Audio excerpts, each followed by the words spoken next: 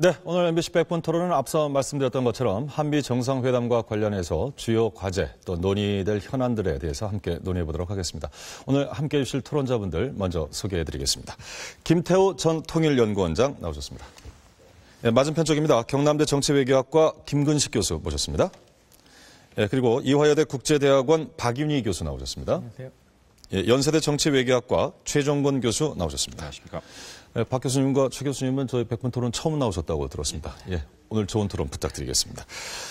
늦은 밤 저희 백분 토론 함께해 주시는 방청객 여러분 그리고 시청자 여러분께 감사의 말씀 드립니다. 특히 시청자 여러분께서는 방송이 진행되는 동안 여러분의 소중한 의견을 저희 MBC 인터넷 홈페이지를 통해서 올리실 수 있습니다. 여러분의 많은 참여를 기대하겠습니다.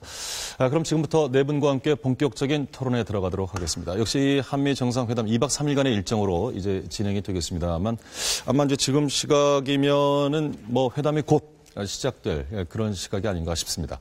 문제는 고 박정희 전 대통령이 지난 1961년에 존 F 케네디 대통령과 회담을 가진 이후에 이제 그 딸인 박근혜 대통령이 정상회담을 갖게 됐는데 그때와는 경제적 위상이라든가 또 국제적인 대한민국의 위상이 상당히 많이 변화가 있었습니다. 특히 한미 동맹 60주년을 맞는 해여서 이 한미 정상회담이 갖는 의미가 또 각별하다는 생각이 드는데 본격적인 토론에 들어가기에 앞서서 이번 한미 정상회담이 갖는 의미 좀 짚고 가도록 하겠습니다. 과제라든가 현안은 잠시 후에 좀 논의를 하도록 하고요. 먼저 김태우 전 원장님께 드리겠습니다. 네, 저는 박정희 대통령이 쿠데타 5.16 쿠데타 당시 제가 다 기억하고 있고요. 케네디 대통령하고 만났을 때 그 초라했던 모습 제가 다 지금 기억을 하고 있습니다. 근데 그 이후로 많은 세월이 흘렀고 지금은 상당히 격세지감을 느낄 텐데요. 제가 느끼는 감회가 참 큰데 그 딸인 박근혜 대통령이 느끼는 감회가 어떻겠느냐 생각을 해봤습니다. 사실 우리 한미동맹은 60년 역사를 가지고 있지만 일방적으로 미국이 주도했고 우리가 사실 보조 역할을 하거나 일방적인 수혜자 역할을 하던 그런 한미동맹이 세월이 지나면서 지금은 대등한 입장에서 동반자 동맹을 추구하는 단계까지 이르게 되었고 이제는 글로벌 가버넌스, 세계를 운영하는데 한국과 미국이 같이 협력하는 단계, 이런 단계까지 와서 그 딸이 지금 정상회담을 하고 있는 겁니다. 그 기간 동안 대한민국은 15대 경제대국이 되었고 수출대국이 되었고 해운대국이 되었습니다. 그래서 그만큼 위상 변화를 가져오게 만든 씨앗을 뿌린 사람이 또 박정희 대통령이기 때문에 그 딸이 갖는 감회라고 하는 것은 아마 대단할 거라고 생각합니다. 저는 이 시기에 이 정상회담을 이제 바이오로 동반자 관계에 들어갈 수 있는 한미 관계의 큰 전환점이다. 이렇게 한번 의의를 부여해 보겠습니다. 뭐 그런 의의에 대해서는 미국 정부 쪽에서도 좀 인식을 하고 접근하지 않을까 하는 기대가 드는데요. 예, 김근식 교수님 어떻게 보십니까? 네, 사실 뭐 아버지의 뒤를 이어서 42년 만에 똑같은 지금 코스를 밟아가지고 워싱턴에 지금 묵는 숙소도 아버지인 박정희 대통령이 묵었던 숙소랑 같은 데라고 제가 알고 있습니다. 그래서 42년 만에 그 딸이 한국 대통령으로서 다시 미국에 52년 만이죠. 52년 만. 예. 그래서 그 부분에 대한 의의를 김태우 원장님이 확실히 말씀을 해주셨고요.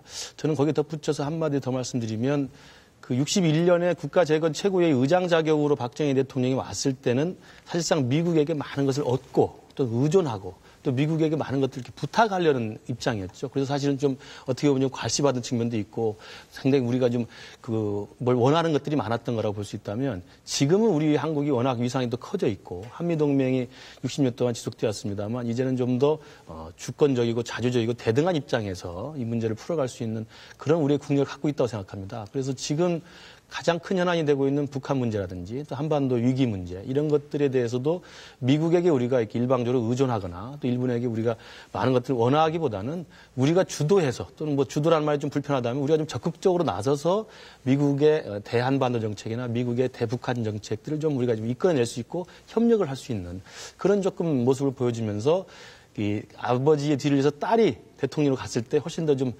국격의 상승을 좀 우리가 좀 확인할 수 있는 그런 정상회담이 됐으면 하는 바람입니다. 네, 발언까지 함께 해주셨고요. 네, 박 교수님. 1953년 10월 1일 한미 양 외무장관에 의해서 워싱턴 DC에서 체결된 그 한미 동맹이 올해 정확한 60주년을 맞습니다. 예.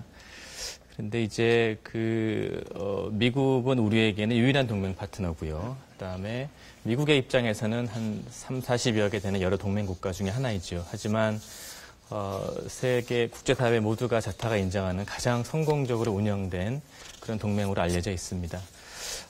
그리고 87년도 민주화 이후에 우리는 5년 주기로 대통령 선거를 하고 미국은 또 4년 주기로 하기 때문에 이론적으로 말씀을 드리면은 20년 주기마다 한미 정상이 시작하는 시점이 겹치게 됩니다. 그런 차원에서 보면은 92년도 김영삼 대통령과 클린턴 대통령 이후에 20년 만에 새로운 한미 정상이 집권을 시작하는 타이밍이고 그런 차원에서 최근에 맞닥뜨리고 있는 여러 가지 현안들을 새롭게 한미 양국이 헤쳐나갈 수 있는 매우 중요한 기회라고 생각을 합니다. 뿐만 아니라 이 60이라는 숫자는 우리 의미에서는 그 60갑자가 새로 시작하는 예. 새로운 그 축하의 큰 세레모니의 의미도 가지기 때문에요. 한미동맹이 지금까지는 상대적으로 군사 중심적이었고, 이 소위 그 새로운 어젠다를 포함시키는 게 일이 쉽지 않았다라면은 이번 새로운 정상의 만남을 계기로 또한 우리 대통령은 역사상 최초 여성 대통령이고 오바마 대통령은 미국 역사상 최초의 유색인종 대통령이라는 그런 또 쉽지 않은 공통점을 가지고 있기 때문에 이런저런 의미에서 그 한미 관계의 새로운 그런 그 단계 도약을 가능케 하는 그런 정상회담이 되지 않을까 기대해 봅니다. 예, 최 교수님. 저도 세 분 선생님의 의견에 동의하던데요. 이 두 대통령의 공통적 특성이 있습니다. 즉 두 분은 실질적으로 선거로부터 자유로운 대통령이 되었습니다. 우리야 단임제이기도 하지만 오바마 대통령은 이제 재선을 통해서 사실상 정치인이 아닌 국가의 지도자로서 자신의 업적을 취하고자 하는 대통령이 되었습니다.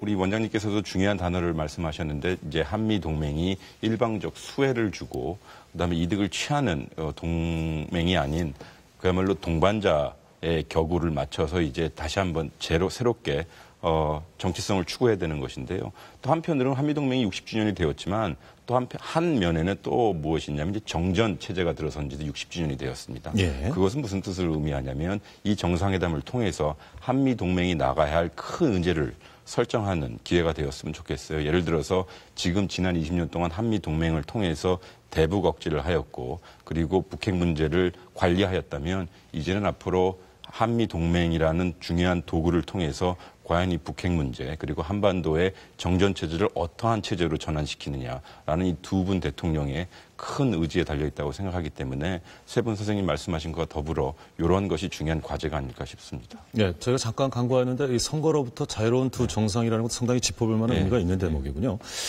최근에 이 북한의 핵 위협과 관련해서는 여러 가지 의견들이 많이 있습니다만 좀 범위를 축소시켜서 미국의 대북 정책과 관련해서는 이 지경까지 온 데는 미국의 대북 정책이 일면 좀 실패한 것 아니냐라는 지적도 있습니다. 비판이 좀 있기 때문에 이번 정상회담을 임하는 미국 측은 또 좀 속내가 복잡할 수도 있을 듯 싶은데 김 원장님 어떻게 보십니까? 네, 이번 정상회담에서 저는 5가지 큰 의제를 마음속으로 생각해 봤습니다. 예. 당연히 첫 번째가 북한 문제고요. 두 번째가 동맹 발전에 대한 문제일 테고요. 그 다음에 이제 전작권 문제가 있고요. 또, 박근혜 대통령이, 추진하려고 하는 서울 프로세스라는 이런 구도도 하나 있는 것 같고, 그 다음에 FTA 관련되는 의제, 이렇게 5개가 큰 의제일 것이다. 그리고 이제 그 이외에도 사실 이 전술핵을 재반입하는 문제라든지 차세대 전투기를 도입하는 문제라든지 한미일 삼각 공조를 회복하는 일이라든지 이런 잔잔한 의제들이 많이 나올 수 있습니다. 그러나 지금 말씀하신 바와 같이 그중에 핵심은 북한 의제일 테고요. 예. 그 중에서도 핵심 의제는 북한 핵 문제다 이렇게 볼 수 있습니다. 결국 북한 핵 문제가 이 대북 기조를 결정짓는 최대 변수가 되어버렸거든요. 북한 핵 문제 때문에 과거에 우리 정부가 실시했던 대북 정책들을 전부 다 실패로 다 만드는 것이 다 사실 북한 핵 문제입니다. 우리 그 과거 포용 정책, 햇볕 정책 좋은 의미로 시작했지만 북한 핵 문제 가로막혀서 다 실패작으로 끝났고 이명박 대통령의 대북 원칙이라는 것도 핵 문제에 부딪혀서 다 실패로 끝났습니다. 그런 의미에서 본다면 가장 많은 비중을 이 두 정상이 북한 핵 문제에 두지 않겠느냐. 저도 일단 그렇게 생각을 하고 어렴풋하게나마 제가 예상하는 구도는 미국이 그동안 사실 말씀대로 순진하게 북한을 접근하다가 실패를 많이 봤습니다. 이따 시간이 나면 저도 열거해 보겠습니다만 어쨌든 미국으로서는 이제 경험할 만큼 해봤기 때문에 어떤 원칙을 강조할 것 같습니다. 이번 회담에서? 예, 이번 회담에서 북한에 대한 원칙. 그동안 여러 가지 원칙을 얘기했죠. 잘못된 행동에 보상하지 않는다든지 이런 얘기들이. 근데 그 원칙을 내세우고 그럼에도 불구하고 북한을 좋은 변화 쪽으로 선도하기 위한 대화의 장을 열어주는 이런 큰 그림을 한번 그려보려고 하지 않겠는가. 어림부닥이나마 일단 저는 그렇게 예상을 하고 있습니다. 네, 제가 이제 이 질문을 드린 의도는 그런 의미에서는 앞서 그 김문식 교수님께서 주도권 얘기를 잠깐 하셨는데 뭐 주도권이라는 얘기가 정확한 표현은 아닙니다만 어찌됐건 이번 그 북한 핵 문제와 관련해서는 오히려 좀 우리 쪽 입장을 강하게 표현할 수도 있는 기회가 아닌가 싶은데 어떻게 보십니까? 맞습니다. 제가 아까 말씀드린 한미동맹 60주년이 갖는 우리 그 대한민국의 이제 그 의젓함이라고 할까요? 이런 것들이 이제 우리의 문제인 핵 문제에 대해서 미국의 입장을 우리가 지켜만 볼 게 아니고 미국 입장을 강하게 설득하고 또 이끌어갈 수 있는 그런 충분한 국력과 의지를 갖고 있다고 생각합니다.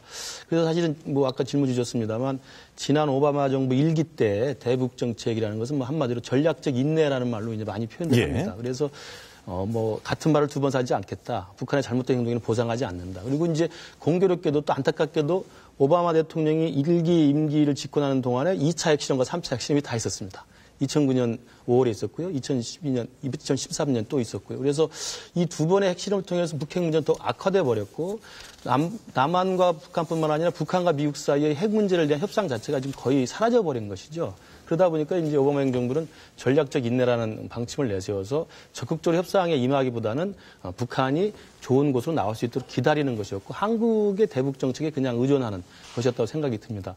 그런 의미에서 보면 지금 한반도의 군사적 긴장 고조 그리고 북핵 문제 악화 이런 상황 속에서 미국이 또다시 자기가 먼저 적극적으로 움직일 수 있는 상황은 저는 아니라고 봅니다. 특히 미국이란 나라의 대외 정책의 우선순위에서 한반도나 북한 문제는 여전히 후순위에 있다고 저는 생각이 들고요. 특히나 요즘 정세는 들어서 보면 보스턴 테러가 생겨난 뒤로 지금 또 테러에 대한 많은 지금 여론들이 있는 것이고 또 최근 엊그저께는 또 이스라엘이 또 시리아 공습 사건까지 터져서 중동도 다시 또 이게 또 불거지고 있는 거거든요. 그래서 전반적으로 우리에게는 이 북한 핵 문제나 한반도 문제가 중요하지만 미국에 있어서는 좀 멀리 떨어져 있는 문제일 수 있기 때문에 이 문제를 우리가 적극적으로 해결할 수 있기 위해서는 우리가 미국을 강하게 설득해서 이 문제에 대한 해법들을 좀 설득해내고 끌어올 수 있는 게 필요하다. 그런 면에서 저는 이번 한미 정상회담에서 물론 원칙적 입장에 한미 양 정상의 그 입장이 나오겠습니다만 대화와 협상 그리고 안보에 대한 정확한 억지의 어떤 강조 이런 것들을 좀 동시에 내놓으면서 지금의 한반도의 긴장 국면을 또 대결 국면을 다시 대화 국면으로 또는 안정적인 국면으로 좀 전환할 수 있는 그런 모멘텀을 만들어내야 되고 거기에 좀 오히려 우리 박근혜 대통령이 좀 역할을 좀 적극적으로 해줬으면 좋겠다 이런 생각을 합니다. 요즘 뭐 한반도 문제에 있어서 이제 그 우리 대한민국 정부가 좀 뭔가 그 주도권을 가지고 움직인다. 뭐 게임 체인지라는 얘기도 하더군요.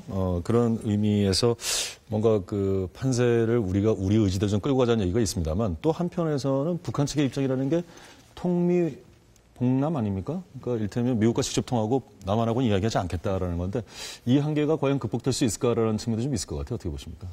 그 미국 시간으로 6일 백악관 브리핑에서요. 예. 한미 정상회담에 그 임하는 주요 어젠다를 세 가지를 언급을 했는데요. 첫 번째는 북핵 위협에 대한 한미 간 공동 대처 방안.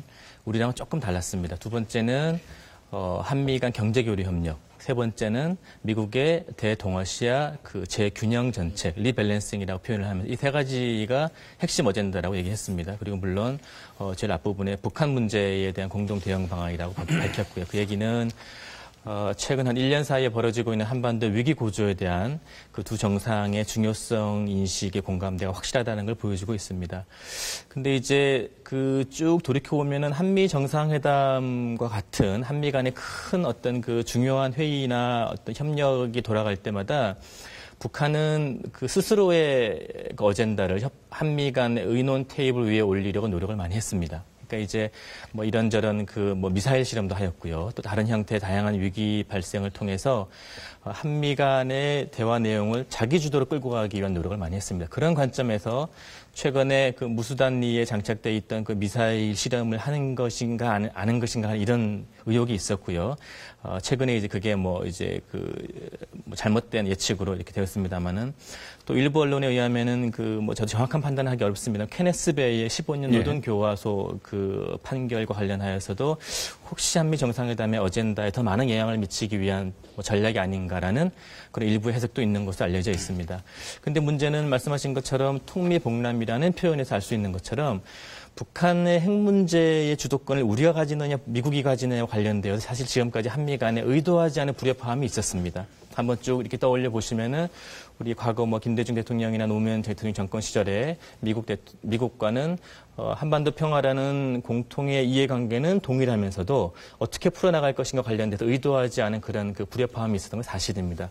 그래서 제가 아까 이제 이번 한미 정상회담의 의미와 연결지어서 말씀을 드려보면은 박 대통령 당선 직후에 미국 언론도 한 2차례 바뀌었고요. 예. 한두 중요한 인사가 와서 기회가 있을 때마다 북한 문제의 주도권은 한국이 가지겠다는 대북 정책의 자율성을 한국이 가진다라는 이런 사실을 밝힌 바가 있습니다. 그렇다면은 차제 오바마 행정부 이게 그런 입장을 정했다라면은 이번 정상회담을 통해서 이 소위 한반도 신뢰 프로세스로 알려져 있는 소위 박근혜 대통령 표 대북 정책에 대한 공감대를 이번 정상회담을 통해서 그 오바마 대통령으로부터 얻어내고 대북 정책에 있어서의 그 중요한 역할을 우리가 주도적으로 앞으로 해나가는 그런 기회가 되기를 기대해 봅니다. 지금 그 한반도 신뢰 프로세스 말씀하셨습니다만 이 한반도 신뢰 프로세스와 관련해서는 백악관 측에서 잘 이해가 안 간다라는 이야기도 좀 들렸던 것 같습니다. 어떻습니까? 제 생각에는 사실상 우리 큰 틀에 있어서는 한미 정상회담이 그렇게 크게 불협화음이란 것은 사실상 없을 것입니다. 이번 정상회담 자체가 60주년 사실상 축하하는 자리가 될 텐데요. 근데 사실상 양측의 소위 대북 정책 그리고 미국의 아시아 정책 그리고 미국의 대북 정책을 보면 약간 좀 괴리가 있는 듯해요. 우리 정부에서 들이댄 키워드는 소위 신뢰라는 것이고요. 미국에서는 지금 지난 5년 동안 했던 정책은 전략적 인내라고 해서 북한의 변화를 먼저 요구한 것이고 한편으로는 미국의 대아시아 정책이라는 것이 박인희 선생님께서 지금 말씀하셨지만 아시아 귀환입니다. 사실 아시아 귀환이라고 하는 것은 중국을 염두에 둔 것이고 또 그리고 거기서 문제를 일으키는 북한에 대해서는 강력한 억제를 하겠다는 것이거든요. 그런 이런 소위 전략 환경에서 동맹의 한 축을 담당하고 있는 대한민국이 북한에 대해서 신뢰라고 이야기할 때 사실상 미국이 우리에게 많은 숙제를 줄 수도 있을 것 같아요. 즉 북한이 이렇게 불량스러운 행동을 많이 하는데 어떻게 신뢰라는 워딩을 할 수 있겠느냐, 키워드를 사용할 수 있겠느냐. 즉 소위 전략 차원에서는 사실상 공유를 할지언정 이것을 어떻게 실행하는 데 있어서는 상당히 많은 이견이 있을 수도 있을 것 같아요. 특히나 우리 정부 같은 경우는 이제 첫 해를 맞이하는 정부이고 또 사실상 불행하게도 지금 안보 국면을 처음으로 맡고 있는 것이어서 사실상 미국의 정책, 그다음에 북한의 정책이 사실상 샌드위치 대처럼 껴있는 상황인 것이어서 큰 돌파구가 필요한 한 해가 될 것 같습니다. 지금 중국 역할로 말씀하셨는데 오늘 그 기사를 저희 백분토론 시작하기 전에 기사를 보니까 유럽 쪽하고 중국 쪽에서 이제 대북 송금 막는다 이런 기사가 떴더군요. 중국 역할론과 관련해서는 어떤 생각하고 계십니까? 중국 같은 경우는 실질적으로 사실상 시진핑 정부가 들어서자마자 우리 정부와 마찬가지로 좀 북한이 이런 문제를 일으키고 있거든요. 북한의 시진핑 정부 입장에서 보면 가장 중요한 공공의 적은 북한이 아니라 내부 그 부패 문제입니다. 그렇기 때문에 중국의 안정화를 추구하는 것인데 자꾸 북한 문제가 나오면 사실상 중국으로 하여금 시험에 들게 하는 것이거든요. 국제사회가.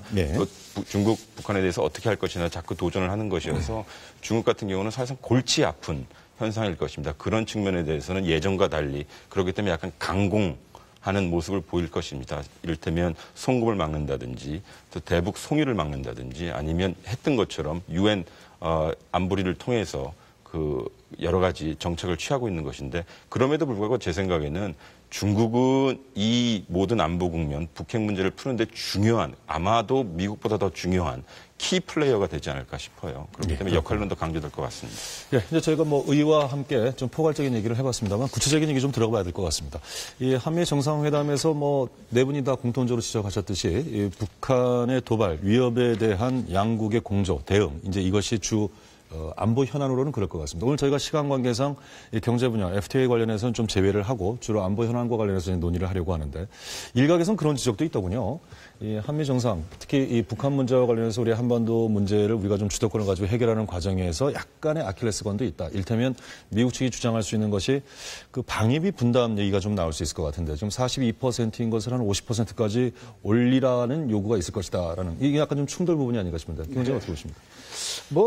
방위비 분담 문제는 제가 보기에는 조그마한 문제입니다. 2009년도에 한미 간에 합의를 해서 방위비 분담금을 무턱대고 많이 올리지 못한다 이렇게 합의를 했습니다. 그 인상률에 물가 인상률에 연동을 시켰고 그것도 매년 4% 이상 올리지는 못한다. 이렇게 딱 한계도 짓고 상당히 협상을 잘 한 거죠. 지금 뭐 다 그렇게 해도 뭐 8천억, 7천억 뭐 이렇게 이제 매년 우리가 주고 있고 조금씩 높아지는 상황인데 한미 간의 안보 조율이 잘 돼서 북한의 그 핵 위협을 억제를 한다든지 또 북한의 무력 도발, 뭐 대남 비방 이런 것들로부터 우리 한국을 안전하게 지키는데 미국이 큰 역할을 한다든지 또는 뭐 더 결정적으로는 북한에게 좋은 변화를 이끌어내는데 중국이 결정적으로 중요하다. 그런데 한미가 중국을 움직이는데 힘껏 공조를 한다든지 이런 문제에 비하면 사실 방위비 분담금 얘기는 굉장히 작은 얘기다. 저는 사실 그렇게 일단 보고요. 아까 그 했던 부분 얘기 중에서 게임 룰을 좀 바꿔야 한다는 말씀하셨지 않습니까? 거기에 대해서 꼭 한 말씀 드리고 싶은 게 있는데요. 어떤 룰은 바꿔야 하지만 어떤 룰은 또 그대로 둬야 하는 것도 있습니다. 예를 들어서 지금 우리 세 분 교수님도 다 지적하셨지만 대북 정책의 이니시티브를 누가 지느냐, 주도권을 누가 지느냐. 당연히 한국 정부가 제안을 하면 미국이 그걸 존중하는 차원에서 뭐 이렇게 설정이 됐습니다. 그래서 이번에도 박근혜 대통령께서 한반도 신뢰 프로세스를 해보겠다 하면 미국이 아마 지원할 거라고 봅니다. 그런데 그런 게임 룰은 그대로 가져가야 되는 거지만 남북한에 있어서 말이죠. 북한이 마음대로 도발하고 또 어느 시점에 도발을 그만할까 그건 북한이 결정하고 대화 국면으로 넘어갈까 이것도 북한이 결정하고 어떤 속도로 넘어갈까 이것도 북한이 결정하고 개성공단도 마찬가지 아닙니까? 북한이 문제를 다 일으켜놓고 이걸 다시 열까 말까 결정도 다 북한이 하는 겁니다. 사실 이런 걸 보면 왜 북한 앞에만 서면 대한민국은 그렇게 작아지는가 이 게임 룰 이거 바꿔야 되거든요. 그러니까 우리가 남북간 관계에서 바꿔야 될 룰도 많다는 거 제가 한마디를 지적하고 넘어가고자 합니다. 예. 아까 말씀드린 게임 체인지는 아마 지금 이제 한반도에서의 이제 한미 정상회담을 앞두고 한반도에서의 대북 정책에 대한 뭐 주도권이라는 말은 조금 어폐가 있습니다. 그래서 적극적 입장들을 이제 한국이 조금 더 해야 되겠다. 그런 의미의 이제 게임 체인지 같고. 그 다음에 이제 또 요즘 많이 이야기하는 게임 체인지는 이제 금년 2013년 봄에 들어서 북한이 핵실험, 그 다음에 군사적인 긴장 위협, 그 다음에 전쟁 책동 이런 것들 통해서 전반적으로 지금 동북아시아의 이런 상황들을 지금 실제로 북한이 주도하는 국면이었기 때문에 북미 간의 협상의 국면에서도 이제 북한이 상당히 많은 발언권과 이 뭐라 그럴까요? 카드를 쥐고 있다는 의미의 이제 게임 체인지라는 말 많이 씁니다. 이제 저는 그런 의미로 보고요. 그다음에 그렇다 이해합니다. 예, 김 원장님 말씀하신 남북 관계에서 우리가 일방적으로 북한에 끌려다닐 수는 없다는 말씀은 뭐 저도 100번 동의를 하고요. 그리고 그 북한에 대해서 끌려다니지 않기 위해서 우리가 그동안 상당한 많은 노력과 원칙을 지켜왔던 것도 저는 분명히 존중을 합니다. 다만 그러한 원칙을 지키기 위해서 해왔던 5년 동안의 대북 정책이 북한을 전혀 변화시키는데 별로 설득력이 없거나 효과가 없었다고 한다면 그것만 가지고 우리가 주장하기엔 조금 미흡한 면이 있다고 생각하거든요. 그러니까 예를 들면 이명박 정부가 대표적으로 이제 사실은 지난 5년 동안 그 말씀하신 북한에 끌려다닐 수 없다. 북한이 모든 걸 주도하는 걸 우리가 일방적으로 다 해줄 수는 없다. 라는 원칙하에 이른바 기다림의 전략. 그리고 북에 대해서 우리가 갑을 관계다. 우리가 갑이고 북이 을이기 때문에 우리가 훨씬 더 유리하다. 이런 입장들을 가지고 있었습니다만 그게 옳은 이야기입니다만 그것을 실제 정책으로 관철시키는 데는 상당히 복잡한 여론들이 있었죠. 그래서 제가 말씀드리고 싶은 것은 남북 관계에서 우리가 북한에게 끌려다니지 않는 걸 원칙으로 하되 끌려다니지 않는 것이 남북 관계 진전이나 남북관계 정상화 그리고 한반도의 평화라는 그 고차원적인 목표보다 더 높은 그 목표의 어떤 걸로 유치해서는 안 되겠다 생각이 듭니다. 오히려 중요한 건 한반도의 평화, 그다음에 오히려 중요한 것은 남북관계 정상화, 오히려 중요한 것은 북한의 태도 변화 이런 것들을 이끌어내기 위한 것 중에서 하나가 우리의 주도권을 잊어서는 안 된다. 이런 식으로 저는 접근하는 것이 옳다고 생각합니다. 좋습니다. 예. 지금 우리 김 교수님 말씀하신 그런 굉장히 그 포괄적인 의미의 잘 정리된 대북 정책 이런 차원에서 아까 우리 그 사회자분께서 한반도 신뢰 프로세스에 대한 미국의 이해도가 조금 어떤지 모르겠다라는 말씀을 하셨는데 그런 차원에서 보면은 박근혜 대통령 입장으로는 일종의 이 신뢰라는 것을 외교에 접목시키는 작업을 시작하신 관계로 이걸 가지고 국제사회에서 이번에 대비를 하시는 것이죠. 그래서 이제 사실 그 지금까지의 그 어떤 한국의 정치 지도자보다도 어릴 때 그 퍼스트 레이디에 준하는 개인적인 경험, 또 국제사회의 그 유력 그 세계 지도자들 간의 관계 이런 것 때문에 굉장히 박근혜 대통령 이후에 대외 정책이 어떻게 전개될 것인가에 대한 굉장히 기대감이 많았습니다. 그래서 이제 2011년도 가을에 Foreign Affairs라는 그런 그 미국의 그 잡지에 신뢰 외교라는 신뢰 프로세스라는 글을 기고하시면서 이제 신뢰 프로세스에 대한 이해를 뭐 아직까지 그렇게 많이 되어 있지 않은 건 사실입니다. 근데 한마디 말씀드리고 싶은 것은 거기도 분명히 나와 있는데요. 신뢰라는 것은 일상적인 관계에서 보편적인 차원에서 설명하는 신뢰가 아니라 외교적 그 관계에서 적용 가능한 그런 그 전략적 신뢰라고 설명이 되어 있습니다. 그래서 일정한 외교적 관계나 제도화에 발을 들여놓게 되면은 대통령의 표현을 빌리면 하나하나 작은 돌을 쌓듯이 후퇴할 수 없고 뭐 한 번 진입한 그 제도화의 단계를 돌이킬 수 없게 만드는 이런 의미의 신뢰이기 때문에 지금 말씀하시는 그런 북한 문제 중요성 누가 주도권을 지느냐와 차원과 관련을 시켜보면은 당연히 그 신뢰 프로세스에 대한 오바마 대통령의 이해를 구하고 국제사회에 대통령이 외교관계에 접목시킨 신뢰가 무슨 의미인지를 적극적으로 알릴 수 있는 좋은 기회가 될 거라고 생각을 합니다. 네. 제 생각에는 죄송합니다만 신뢰라는 소위 키워드를 잡으신 건 전 잘한 거라고 생각을 해요. 이를테면 보수 정부의 사실상 중도 정책이라고 할 수 있는데요. 사실상 신뢰라는 것이 그 내용이 어쨌든 간에 강한 자만이 그리고 가장 더 정당한 자만이 할 수 있는 정책입니다. 그리고 물론 우리 북한은 우리에게 불량스러운 행동을 많이 합니다. 그러나 우리 한반도 평화 안정의 가장 큰 수혜자는 우리 대한민국이고 대한민국 국민이기 때문에 북한에 대해서 신뢰라는 키워드를 먼저 던져놓고 그리고 대화의 문을 열어놓는 것이 사실상 대한민국과 같이 정당하고 민주적인 정부만이 할 수 있는 것이거든요. 그러면 그럴 경우에는 사실상 지난 10년, 20년간의 대북 정책이 상당히 분절적이고 즉각적이었다라면 이 신뢰 정책은 사실상 긴 호흡을 좀 보고 할 수 있는 정책이어서 그 내용은 우리가 같이 하면 되는 것이라고 생각하고요. 잠시 그 방위 분담금 문제를 들어가서요. 왜 이 시점에 방위비 분담금이 다시 거론이 되고 이것을 왜 더 줘야 된다라고 이야기가 나오냐라고 하면 사실은 미국 경제하고 많이 연관이 있어요. 우리 원장님이 정확하게 말씀하셨는데 대한민국의 경제 규모 그리고 우리나라의 국방비를 고려하면 우리가 지금 매년 한 8,600억 정도 전략 향상비라는 명목으로 미군에게 지금 주고 있습니다. 사실상 그렇게 큰 돈은 아니거든요. 근데 재미있는 일이 지금 몇 가지 있었는데 작년 12월 28일 날 국방수권법이라는 법안이 미국 의회에서 통과되면서 재미있는 이야기가 나와요. 뭐냐면 매년 3월 1일 미군이 주둔하고 있는 주둔군은 그 해당 정부에게 주둔비를 향상시킬 수 있는 공약을 받아와라 라고 얘기하거든요. 그러면서 또 재미있는 것은 특히 한국 정부에게는 꼭 받아와라 이렇게 얘기를 합니다. 그리고 또 우리 평택에다 지금 미군기지 짓고 있지 않습니까? 평택의 미군기지가 중요한 의미는 이제 가족들이 와서 생활할 수 있는데 주둔군 안정사업이라는 것이 있습니다. 근데 2010년부터 2012년까지 그 예산을 증가시키질 않아요. 그러면서 이제 한국 정부에게 부담하게 하는 것이거든요.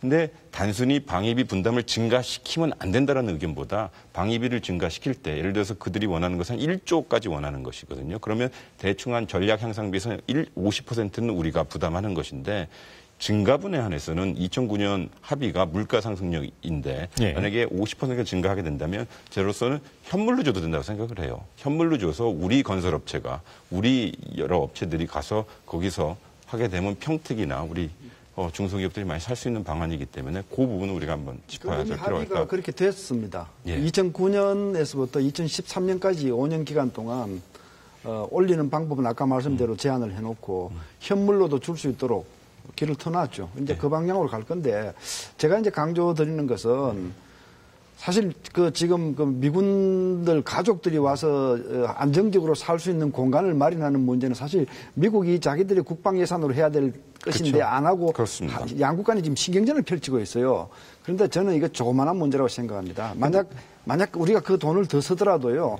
해구산을 더 강화하고 북한의 위협에 대해서 확고하게 억제할 수 있는 어떤 공약 같은 걸 강화할 수 있다면 그건 돈으로 해야 할 수도 없어요. 그러니까 우리가 너무 이 작은 단위의 돈에 매달려서는 안 된다는 생각을 저는 가지고 있어요. 저는 약간 좀 다른 각도인데요. 뭐 이게 그리 큰 중요한 문제는 아닙니다만 이 주둔비를 주는 것 이것은 뭐 당연히 해야 되는 것인데요.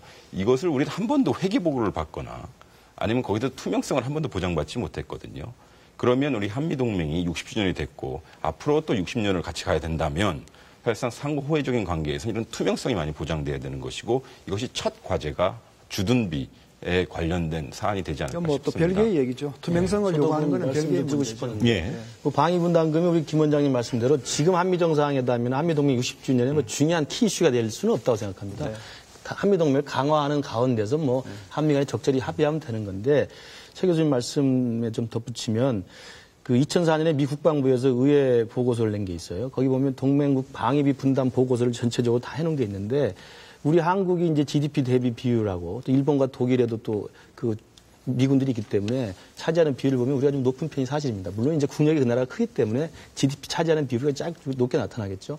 그런 것도 염두에 두셔야 되고 또 하나는 중요한 게 우리가 제공한 그 방위비 분담금에 대해서 그 해에 다 사용하지 않는 금액이 상당히 많습니다. 그래서 누적돼가지고 한 1조 3천억 정도가 적립해놓고 있는 거거든요. 네. 그러니까 이 부분도 물론 뭐 미국 입장에서 자기들이 미래에 장기적으로 쓸 수 있게 해서 할 수 있습니다만 최소한 우리가 국회가 있고 우리 세금을 주는 거니까 국회가 지금 사실 돈 100억만 줘도 그 기관에 가서 큰 소리 치면서 감사하지 않습니까? 우리가 가서 그러면 미국에 대해서는 이제는 방위동맹 60주년 됐으면 그거에 대해서 좀 투명한 보고를 받을 정도는 된다고 생각해요. 물론 뭐 큰 중요한 이슈는 아닙니다만 예. 그 정도로 투명성 부분에 대해서는 뭐 다 공히 인정을 하시는 것 같습니다. 뭐 방위 분담금 얘기 이 정도로 정리를 하고요.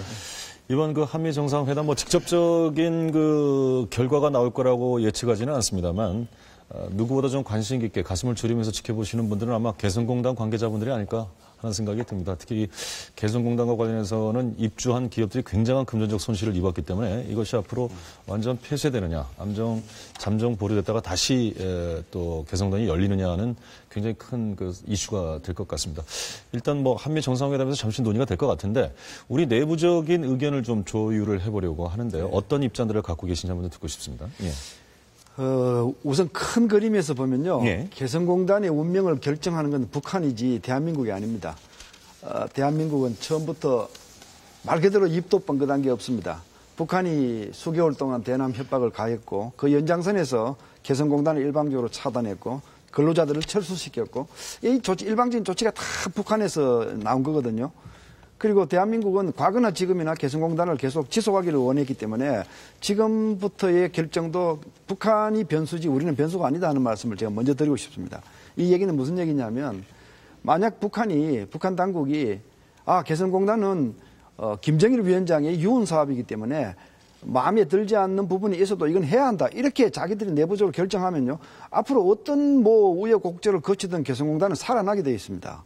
그리고 반대로 개성공단 이거 뭐 돈은 몇 푼 벌었을지 몰라도 이것 때문에 자본주의적 오염이 북한 내부로 들어와서 체제의 위험을 더 많이 주었다. 이렇게 판단한다면 바깥에서 어떤 일이 벌어져도 개성공단은 죽은 겁니다. 그래서 이 공은 북한 코트에 있습니다. 처음이나 지금이나. 이 큰 그림은 우리가 이렇게 이해를 하셔야 되고요. 그 다음에 이제 조금 분위기를 만들어준다는 차원에서 본다면 한미 정상회담에서 어떤 역할을 내놓을 수는 있다고 봅니다. 왜냐하면 지금 이제 박근혜 대통령이 이 남북한 이 한반도 긴장 관리를 위해서 두 개 카드를 지금 쓰고 있는 것 같습니다. 이 남북한 간의 긴장 관리를 위해서는 한반도 신뢰 프로세스를 들고 나오고 있고 한반도를 포함한 이 주변 지역의 화해 협력, 뭐 긴장 관리를 위해서는 서울 프로세스를 들고 나오는 거거든요. 이 두 개의 카드를 들고 나온 걸 미국이 분명히 제가 보기에는 일단 지원할 것 같고요. 일단 한번 해보자라고 얘기할 것 같고요.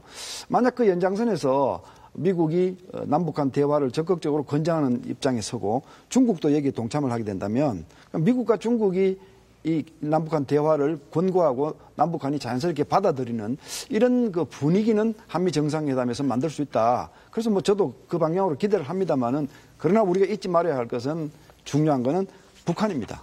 북한이 이거 아니다라고 판단하고 있으면 개성공단은 사실 운명이 끝난 겁니다. 그러나 저는 그러지 않기를 기대하고 있고 뭐 가급적 그래도 북한을 자극하기보다는 개성공단과 관련해서는 대화의 장을 열어보자는 입장이 저도 있습니다. 예. 그러나 원칙은 우리 잊지 말아야 합니다. 공은 처음부터 지금까지 다 북한 코트에 있었지 우리 남한 코트에 넘어온 적이 없습니다. 네, 맞습니다. 우리 김 원장님 말씀대로 3월 27일 날 군통시선 차단을 했던 게 이제 북한이 시작이었고요.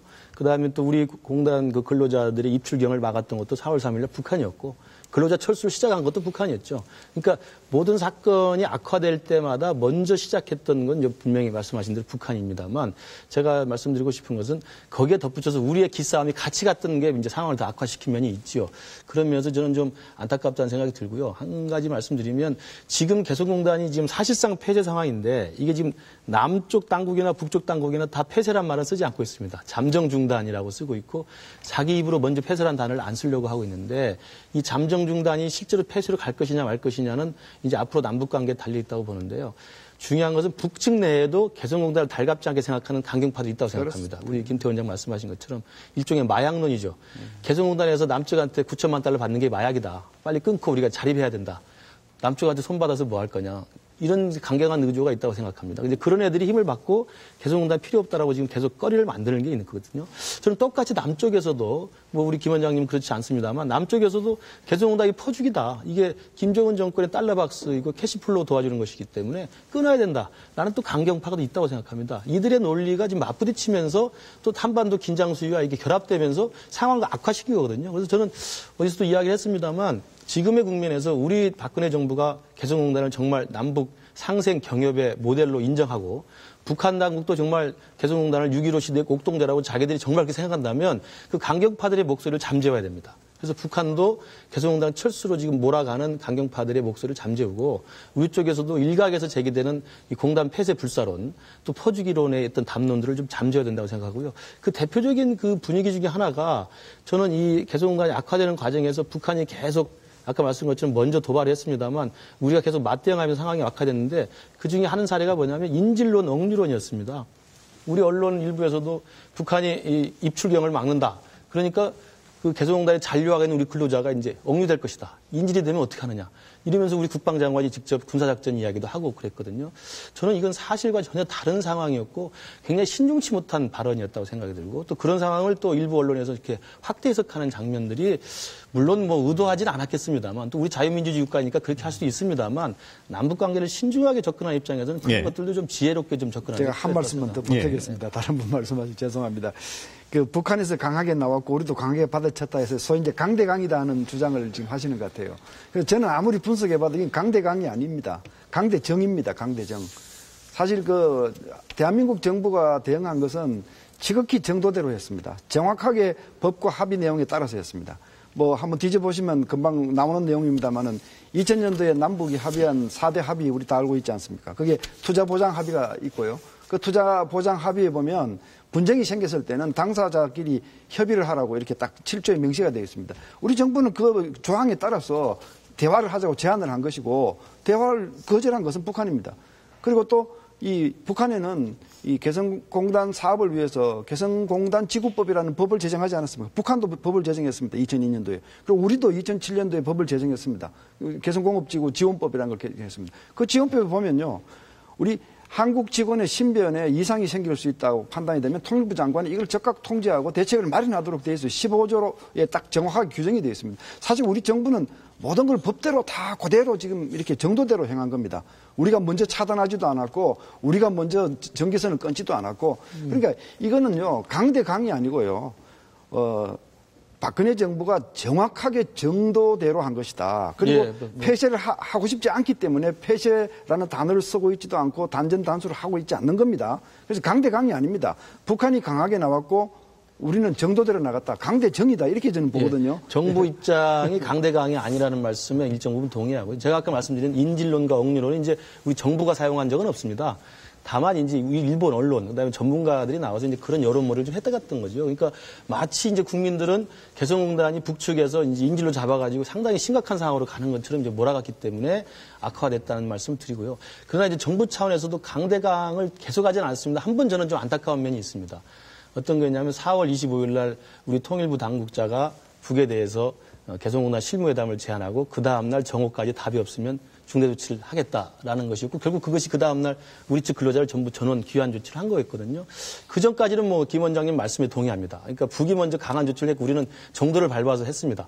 그러나 4월 25일 날 우리의 대화 제의와 중대 조치 발언과 그 다음날 근로자 귀환 조치는 제가 볼 때 타이밍상 꼭 그때 이렇게 했어야 되느냐. 강하다고 말씀드린 게 아니고 남북관계를 풀어가고 개성공단을 풀려는 의지가 있으면 그 시기에 전 했던 것이 이렇게 적절해 보이지 않는다는 거죠. 왜냐하면 아시지만 고즈음이 그 존 케리 국무장관이 동북아 순방하고 돌아갔고 우다웨이가 워싱턴에 가서 글린 데이비스랑 회담을 했고 우리 대통령도 북에 대화를 제의를 해서 열어놓은 상태였단 말이죠. 그래서 이제는 한 2달 가까이 끊어왔던 이 한반도 긴장이 대화로 가느냐 마느냐.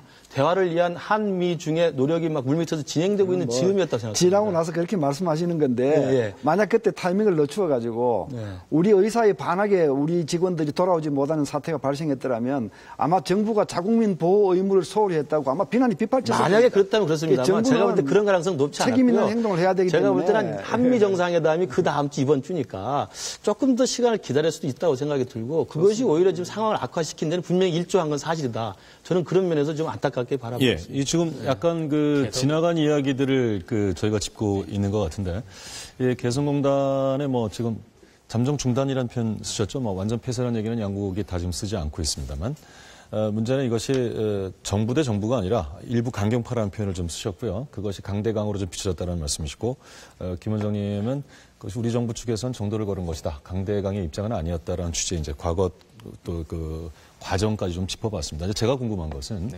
한미 정상회담에서 나오는 대북 메시지가 과연 이게 강경할 것인가 온건할 것인가도 이제 관심이고요. 만약에 이것이 강경한 것이든 온건한 것이든 나왔을 때 이 개성공단 문제에서 그 북한의 어떤 그 전향적인 태도를 이끌어낼 수 있을 것인가. 이게 사실은 좀 실정인 거 아니겠습니까? 저희가 네 분께 한번 여쭤보고 싶은데 개성공단이 이대로 폐쇄돼서는 안 된다는 입장은 다 같은 입장이신 거 아니겠습니까? 그런 의미에서 이제 이번 정상회담에서 개성공단 문제가 좀 중요한 것 같은데 어떻게 보십니까? 그 개성공단 문제가 뭐 지금 그 주제 이슈는 아닌 것 같고요. 한미 정상회담이라는 모멘텀이 남북간 관계 이런저런 현안을 풀 수 있는데 작용할 수 있을까라는 질문이 돼야 될 것 같습니다. 그런 차원에서 보면은 짚어주셨다시피 작년 4월 이후로 한 근자에 보기 드물게 한 1년 정도의 시간 동안에 북한의 위기를 계속 올린 측면이 있습니다. 그것이 4월 6일 전후로 제가 기억이 됩니다만 캐리 국무장관이 한중일을 돌면서 약간 위기가 조금 이렇게 그 수면 아래에 빠지는 듯한 인상을 준 것이 사실입니다. 그러다 이제 개성 문제가 현안이 됐고요. 그런데 이제 문제는 이번 한미 간의 정상의 만남이 신뢰 프로세스라는 정책을 오바마 대통령에게 잘 이해를 설명을 납득시키고 지지를 이끌어낸다라면은 그것이 현안인 남북관계 문제의 어떤 발전적인 방향으로 몰고 갈 수 있게 만들어주느냐 그 문제인데요. 저는 뭐 두 가지 시나리오가 다 가능하다고 봅니다. 하나는 남북관계에서 결국은 뭐 북한을 상대로 무슨 뭐 군사력을 쓸 수 있는 것도 아니고요. 결국은 의미 있는 관제 정책이 전개가 돼야 되는데 그런 차원에서 본다라면은 북한 문제라고 하는 것의 가장 중심적인 행위자는 우리와 북한이지만 뿐만 아니라 미국이 굉장히 중요한 3자 행위자적인 의미를 가지기 때문에 남북미 한미 정상회담이 그 남북한 현안을 푸는데 의미 있는 전환 모멘텀이 될 수 있다라는 주장이 있을 수 있습니다. 뿐만 아니라 최근에 한 달 정도 기간 동안에 수면 아래로 잦아드는 듯하게 보이는 위기 국면을 적극적으로 이와의 모멘텀으로 활용해야 된다는 주장이 있을 수 있고요. 그런 차원에서 한반도 신뢰 프로세스가 가지고 있는 분명히 두 가지 측면이 있거든요. 하나는 말씀하셨던 그 강력한 북한의 잘못된 행동에 대한 억지력을 보이는 측면과 또 하나는 유화의 모멘텀과 북한의 성의 있는 조치가 맞물려 있을 때는 적극적인 어느 정권보다도 더 적극적인 유화 정책을 펼 수 있겠다는 것이기 때문에 그런 기대에 섞인 희망을 가질 수 있는 시나리오가 하나가 있고요. 또 하나는 그러기에는 최근에 남북관계의 경색 국면이 조금 깊었던 측면이 있습니다. 그렇기 때문에 그러니까 그 박 대통령이 기회 있을 때마다 북한 관계와 관련돼 하시는 말씀이 지속 가능한 평화입니다. 없었던 일처럼 넘어가고 유화 국면으로 조성할 수는 있겠지만 그것은 지속 가능한 평화가 아니다라는 말씀을 반복적으로 하시기 때문에 최근의 사태가 한미 정상회담이 의미 있는 메시지를 던질 수는 있겠지만 바로 유화 국면으로 넘어가기에는 경색 국면이 좀 깊었던 측면이 있고 그것이 지속 가능한 평화를 만들기 위한 의미 있는 준비로 해석할 가능성이 많기 때문에 저는 저 개인적인 판단으로는 어떤 즉각적인 유화 국면의 조성보다는 조금 시간이 걸린 천천히 넘어가지 않겠느냐는 생각을 해봅니다. 하지만 메시지는 던지겠죠. 전체적인 그런 분위기가 나올 것 같고 또 거기서 메시지가 분명히 나올 것이라고 했는데 이 메시지가 북한에 어떤 영향을 좀 줄 수 있는가가 좀 사실은 궁금한 거거든요. 개성공단을 생각하면 대한민국 국민 누구나 다 안타깝고 뭐 혹은 혹자는 뭐 당사자 우리 기업 하시는 분들 상당히 참담한 기분이 들 거예요. 제 생각에는 이번 한미 정상회담 통해서 개성공단 그 자체가 독립적 의제가 될지는 않을 것이고요. 사실상 우리 한미 정상회담을 가장 관심 있게 보는 측은 아마 북한일 것입니다. 왜냐하면 우리 원장님께서 말씀하셨듯이 공은 북한 코트에 있기 때문이죠. 그래서 이것을 어느 쪽으로 던질 것인가 하는 것은 한미 정상회담의 관계를 보는 것인데 아마 원칙적으로는 대화의 문은 열려 있다. 나와라. 그리고 나서 이렇게 풀자라는 메시지가 나올 것 같아요. 근데 아마도 우리 쪽에서는 개성공단을 크게 미국 측의 의제로 할 수 없는 것은 미국의 가장 중요한 의제는 비핵화이기 때문에 개성공단의 재가동을 가지고 미국이 북한 정책을 결정할 것 같지는 않고요.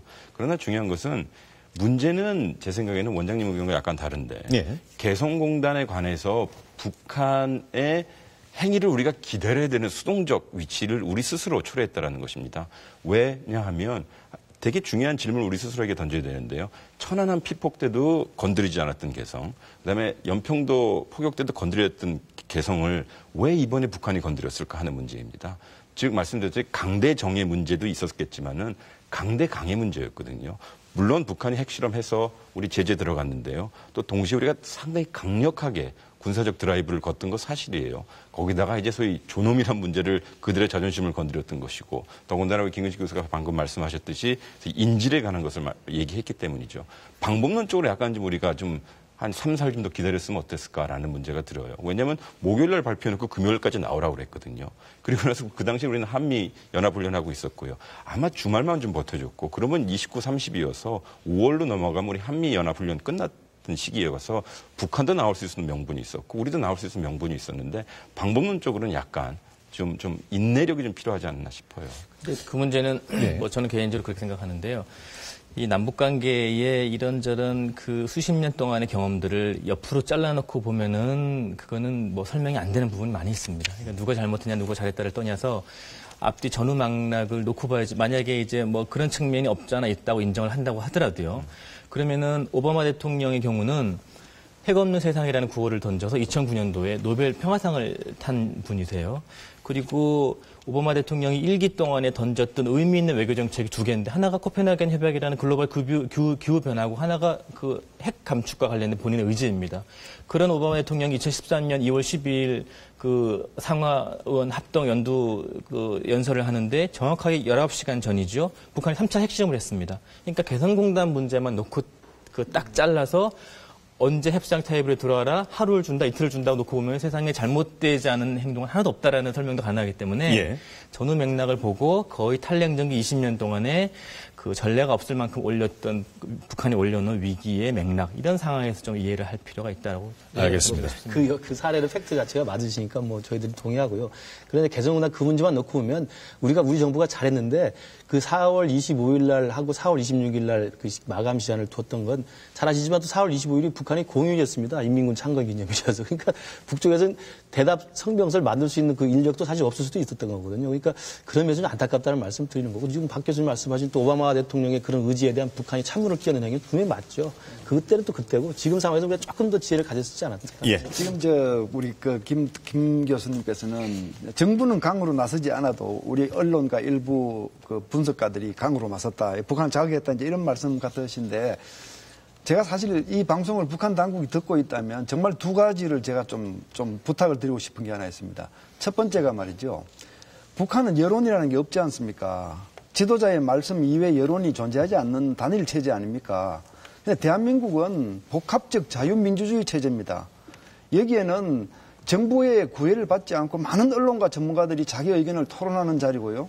그래서 북한이 왜 정책 결정자가 아닌 언론과 전문가들의 말을 듣고 화를 내는가? 이건 정말 북한이 좀 생각해 봐야 됩니다. 서로가 체제를 존중한다면 우리 체제는 이런 체제라는 걸 북한이 안다면 화를 낼 이유가 없는 겁니다, 사실은. 두 번째 부탁하고 싶은 것은요. 정말 형평성을 좀 지켜줬으면 좋겠어요. 북한 당국자들이 사실 북한은 마음대로 얘기하는 데가 아니기 때문에 조평통에서 얘기하든 국방위원회에서 얘기하든 사실 다 북한 정부의 입장 아닙니까? 이런저런 입들을 통해서 대한민국 대통령을 향해서 어떤 욕설을 했습니까? 하루가 멀다 하고 괴뢰 패당이다, 역적 패당이다, 반역자다, 오만 욕을 다 하면서 왜 그렇게 체제 존엄에 대해서 왜 본인들은 그렇게 화를 냅니까?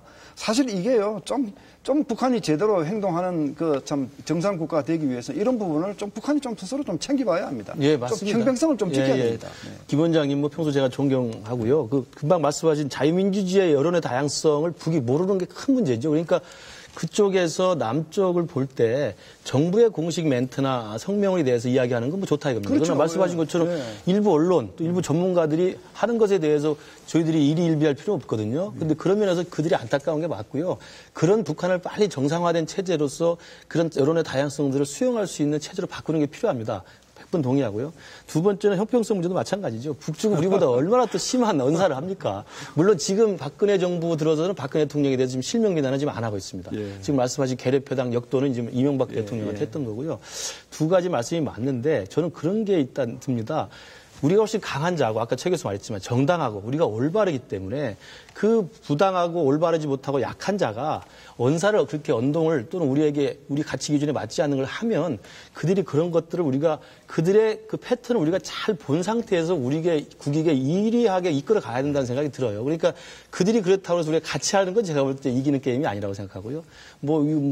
어떤 성경 말씀에서 그렇습니다. 같이 했으면 난리가 벌써 났죠. 악을 악으로 대하면 안 되는 거 아닙니까? 악인데 이 악을 어떻게 하면 우리가 원하는 선한 방향 이끌 것인가에 대해서 굉장히 인내가 필요한 것이죠. 예. 그런 맥락에서 우리가 닮아갈 필요는 없다는 말씀입니다. 알겠습니다. 정리를 좀 해보면 제가 북한과 관련된 이제 한미 정상회담에서 말씀하셨던 것처럼 개성공단을 구체적으로 이야기한다기보다는 대북과 관련된 정확한 메시지가 나왔을 때 이것이 개성공단을 풀 수 있는 어떤 실마리가 될 수 있겠는가, 북한의 어떤 태도 변화가 있겠는가라는 문제였는데 이야기를 하다 보니까 이제 우리 정부 측의 대응이라든가 이런 얘기들이 좀 주정을 이뤘던 것 같습니다. 문제는 가정이 없기 때문에 지나간 사실을 분석해보면 이러저러한 가정을 두고 인내가 옳았다든가 강경 대응이 옳았다든가 또 그 결과에 대해서 좀 있을 수 있습니다만 이제 우리가 원하는 것은 향후 문제이기 때문에 좀 짚어보면서 예측을 좀 해봐야 될 것 같습니다.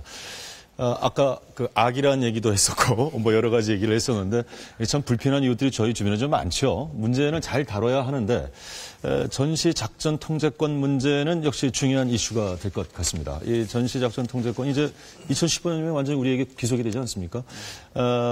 양론이 있는 것 같습니다. 그대로 귀속해야 된다는 의견과 좀 여러 가지 안보 상황을 봤을 때는 이거 좀 뭔가 유예해야 되지 않는가 이런 입장이 있는 것 같은데 네 분의 의견이 좀 궁금합니다. 지금 역순으로 한번 드려볼까요? 먼저 최 교수님께 드리겠습니다. 2015년도에 네. 우리가 환수를 받아야 한다는 입장을 저는 견지를 하는데요. 사실상 지금 이 지난 두 달간의 안보 위기 국면이 나오면서 우리 내부에서 나왔던 여론이죠. 여론 중에 하나가 이렇게 북핵 문제가 불거졌으니 또 북한이 이런 식으로 도발을 하고 있으니 한미 연합선을 존속시키고 2015년도에 받기로 한 전작권을 우리 무기한 연장하자라는 여론이 있습니다. 근데 저는요, 한편 일리의 이해는 됩니다만 실질적으로 이것은 사실상 북한에 보내는 억지 메시지로 따지자면 사실상 그렇게 신빙성 없는 메시지라고 생각을 해요. 왜냐하면 12년도에 받기로 했던 것은 이제 15년, 3년을 연기한 것인데 그러면 어떤 일이 벌어지냐면 실질적으로 환수를 우리가 하지 않으면 북한이 오판할 여지가 더 있다고 생각합니다. 즉 남한 정부 대북 억지 독자적으로 할 수 있는 능력이 없구나. 그다음에 대북 억지 사실상 미국이랑 해야 되는구나라는 오판이 있어서 결국은 우리가 한반도 문제를 우리 스스로 주도하겠다라고 하는 선언이 일종의 선언에서 끝나는 것이거든요. 사실상 햇볕 정책이든 혹은 대북 강경 정책이든 간에요. 가장 근저에 이루어야 되는 것은 북한의 도발을 불용하는 것입니다. 북한의 도발을 불용할 때 사실상 우리 전력이 우리 정치 지도자의 명령을 받아서 해야 되는 것인데요. 사실상 이렇게 전작권이 2015년에 환수를 받지 않으면 실제로 이런 현상이 벌어져요. 좀 비유를 드리자면 평상시에 대한민국 국가대표 축구팀이요. 평상시에 우리 예를 들어서 허정무 감독한테 훈련을 받다가 본선에 가면 히딩크 감독을 불러야 되는 것입니다.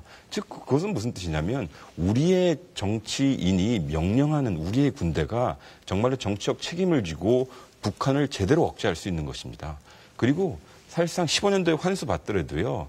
우리 대한민국 공군과 미국 공군은 연계 전략을 펴서 합동사령부로 가는 것이거든요. 그러면 실제로 우리가 지금 앞으로 남은 2년간의 기간 동안 이것을 환수 받아야 된다, 안 받아야 된다는 소모적 논쟁보다는 우리가 받는 것을 기정사실화해서 우리가 실제로 전략 향상과 같은 중요한 군 재편 합동성 문제, 그다음에 대북 억지 무기 체계를 확실히 우리가 확보하면 북한에 대해서 독자적 그리고 실천적 대북 억지를 할 수 있는 것이죠. 마지막으로 한 말씀 붙이자면 우리 박근혜 대통령께서 사실상 영부인으로서 그 어린 시절에 박정희 대통령을 보좌했었을 때 박정희 대통령이 가장 기치로 내걸었던 것이 자주국방이었거든요. 예. 그래서 많이 고생하시는 거 바쁘셨을 거예요. 우리 원자력 협정 같은 경우도 우리가 자주적으로 하고자 했던 것인데 물론 2년이 연기되었지만 대통령 입장에서 자주국방이라는 키워드, 대북 억지의 실천적 억지라는 것은 한미 간의 전작권, 환수를 제대로 했을 때만 실현 가능한 것이기 때문에 저는 이것은 받아야 된다고 생각합니다. 예. 그 전작권 전환과 관련되어서는 이게 굉장히 휘발성이 강한 이슈죠. 그러니까 이제 우리 그 정부 정책을 결정하는 정책 당국자들도 그렇고요. 또 일반 국민들 사이에서도 북한 문제라든지 한미 간의 몇 가지 사안들은 이 그 하나의 그 최초 사안 영역에 머물러 있지 않고 그것이 막 다른 영역으로 증폭되고 확산되는 이런 휘발성이 강한 이슈가 있는데 전작권 문제가 그러합니다. 그래서 조금 조심스럽고요. 특히 이제 민주주의 국가이고 다양한 여론이 있는 건 좋지만 또 어떤 사안에 대해서는 일관된 목소리를 내는 것이 또 필요할 때가 있으니까요. 그렇긴 합니다만은 우리 그 최 박사님 의견에 동의를 하는데 다만 최근의 상황은 뭐 그렇습니다. 김관진 국방장관께서 국회에서 이런저런 문답 과정에서 마지막 순간에 검증을 좀 해봐야 된다라는 이제 발언을 하셨고요. 근데 이제 그거는 뭐 제가 생각하기에는 한 번 더 생각해보면 굉장히 원론적인 발언이었다고 생각을 합니다. 근데 이제 그 전 바월 주한 미군 사령관이 4월 20일인가 21일 날 그 지인들에게 미국 내 주요한 한미 정책에 영향을 미친 지인들에게 전작권이 연기돼야 된다는 이런 그 주장을 그런 메시지를 남겼죠. 던진 적이 있습니다. 그러면서 이제 이게 무슨 교감이 있었던 것이 아닌가라는 그런 축적석 기사도 나오고 보도도 나오면서 한미 정상회담을 목전에 앞두고 전작권 연기가 조금 더 가시화될 수 있는 것이 아닌가라는 그런 추측이 증가되고 있는 상황입니다. 근데 이제 문제는 분명하게 해야죠. 정부의 공식 입장은 2015년도에 전작권은 예정대로 진행된다는 것이고요. 다만 최근에 한미연합사에서 한미 간에 합의한 사항이 내년에 2차례에 대해서 굉장히 정교한 수준의 점검 작업을 펼쳐보고 2015년도 4월을 기준으로 4월까지 마지막 검증 작업을 거친 다음에 최종 판단을 하겠다라는 입장입니다. 그래서 그거는 물론 이제 그러니까 두 가지 해석이 다 가능합니다. 이게 무슨 의미 있는 메시지라는 해석도 가능하고요. 또 하나는 전작권을 완전히 넘겨와야 될 시점이 종료되니까 보다 더 엄증하고 정교한 검증을 하고 국민에게 안심을 시켜야 된다는 정부의 책임을 다한다고 볼 수 있는 것이고요. 또 여지도 좀 남겨두는 느낌이 있는 것 같아요. 그것도 개인적인 판단에 따라 가능할 것 같습니다. 그렇군요. 그래서 이제 지금 상황은 지금 그러하고요. 근데 문제는 가져온다는 것이고 가져온다는 것이 정치적인 어떤 그 선언에서만 머무르는 것이 아니라 한미 당국이 굉장히 다양한 그 정책적 위원회와 협의 과정을 거쳐 지금 노력 중입니다. 근데 이제 그런 노력이 실패하거나 성과가 없거나 그러면은 또 다양한 논의가 제기될 수는 있겠죠. 지금 정부 입장은 일관돼 있습니다. 예, 지금 앞서 최 교수님께서는 전작권 이양을 만약에 더 늦춘다라는 것 자체가 북한의 오판을 부를 수도 있다라는 지적을 해주셨는데 이 부분은 좀 저희가 고려볼 부분이 아닌가 싶습니다. 과연 그러한가 아니면 유예하는 것이 오히려 북한의 오판을 막을 것인가 이런 이야기도 좀 논란이 될 수 있을 것 같은데 이 부분은 김 교수님하고 김 원장님께 좀 드려야 될 것 같습니다. 예. 그 전작권 문제는 사실은 이제 큰 틀에서 이야기하면 이제 우리가 국력이 지금 세계 경제교역부문 11위 국가에 사실은 선진국에 가까운 중견국가 아닙니까? 그 나라가 자기의 국방에 대한 자기 스스로의 주권적 결정 못한다는 것은 이제 어떤 명분으로도 정당화될 수 없는 것이죠. 그래서 그런 큰 틀의 의미를 한번 말씀드리고 싶고요. 그 다음에 두 번째는 이제 전시작전권 전환이라는 문제를 계속 연기시키는 배경에는 이제 안보 상황의 변화를 많이 이야기합니다.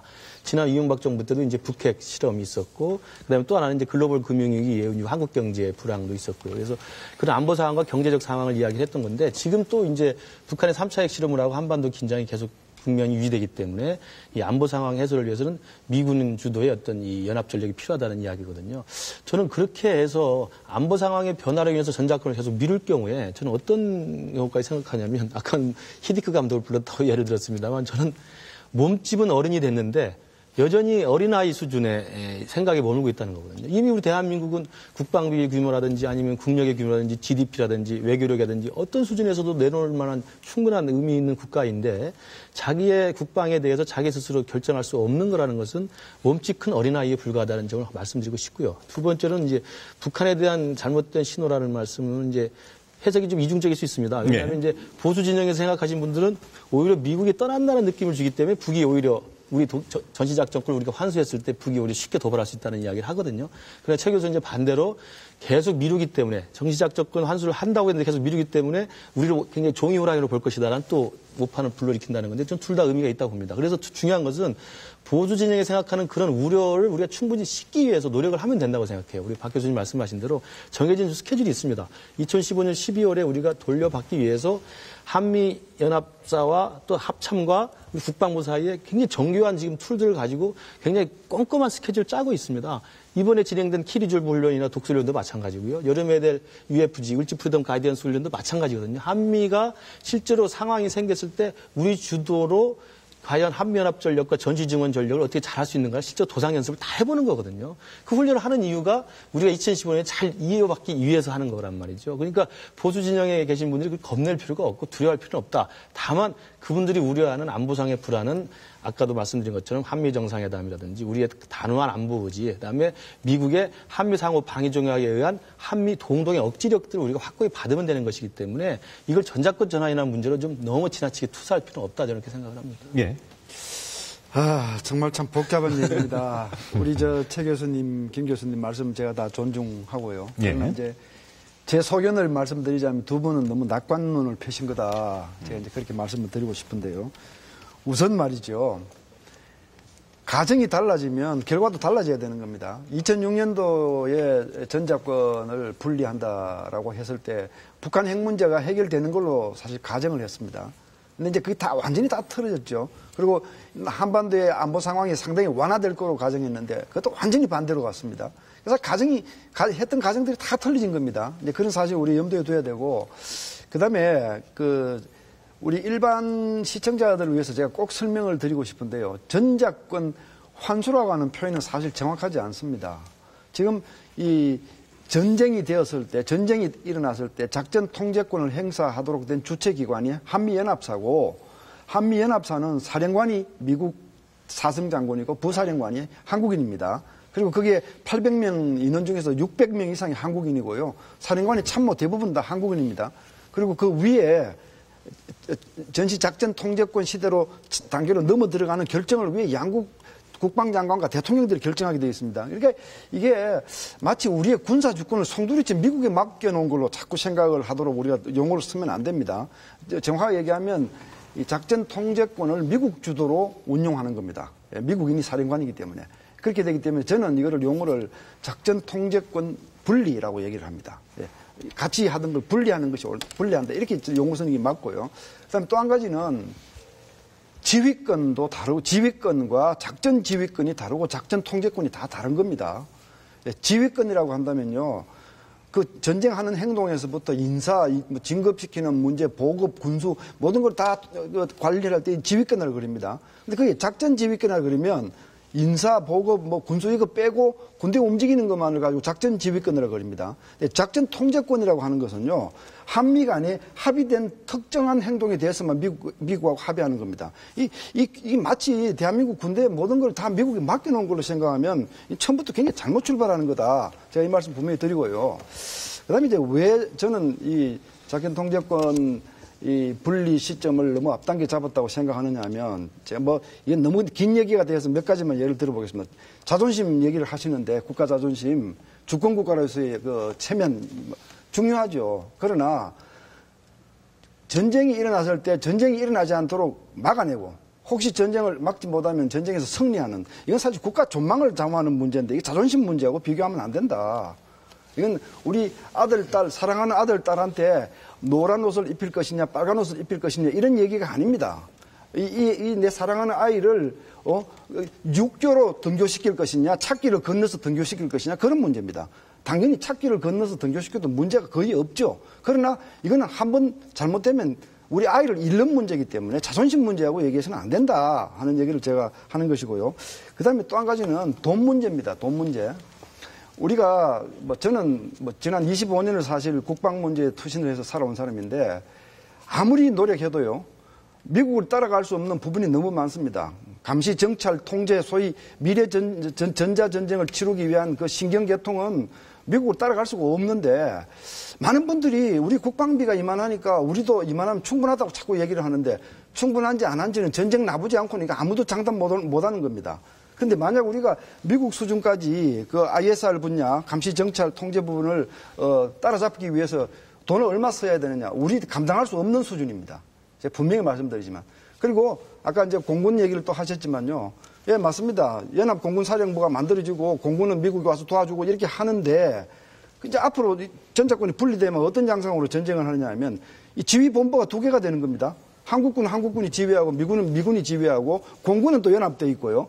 이게 굉장히 복잡하고 지휘권의 이원화 문제 때문에 발생되는 문제점들을 저한테 시간을 주면 제가 여기서 10가지를 짚어낼 수 있습니다. 예, 알겠습니다. 현실에 들어가면 그렇게 간단하지 않다. 지금 김 교수님과 최 교수님은 이제 좀 그 큰 틀에서 자주국방, 주권론 이런 측면에서 이제 지적을 하셨고, 김 원장님은 이제 만에 하나의 결과가 그것이 만에 하나라 하더라도 전망과 관련된 치명적이기 때문에 그렇게 낭만적으로 볼 수는 없다라는 지적이신 것 같은데, 예, 반론 드리겠습니다. 저도 세부 사안으로 들어가면요. 다시 한번 우리 안보 국면 나올 때, 그리고 지난 2년간 어떤 우리 국방부에서 어떤 소위 대북 억제 정책을 썼냐면 킬체인 하겠다고 했고요. 원점 타격하겠다고 했고요.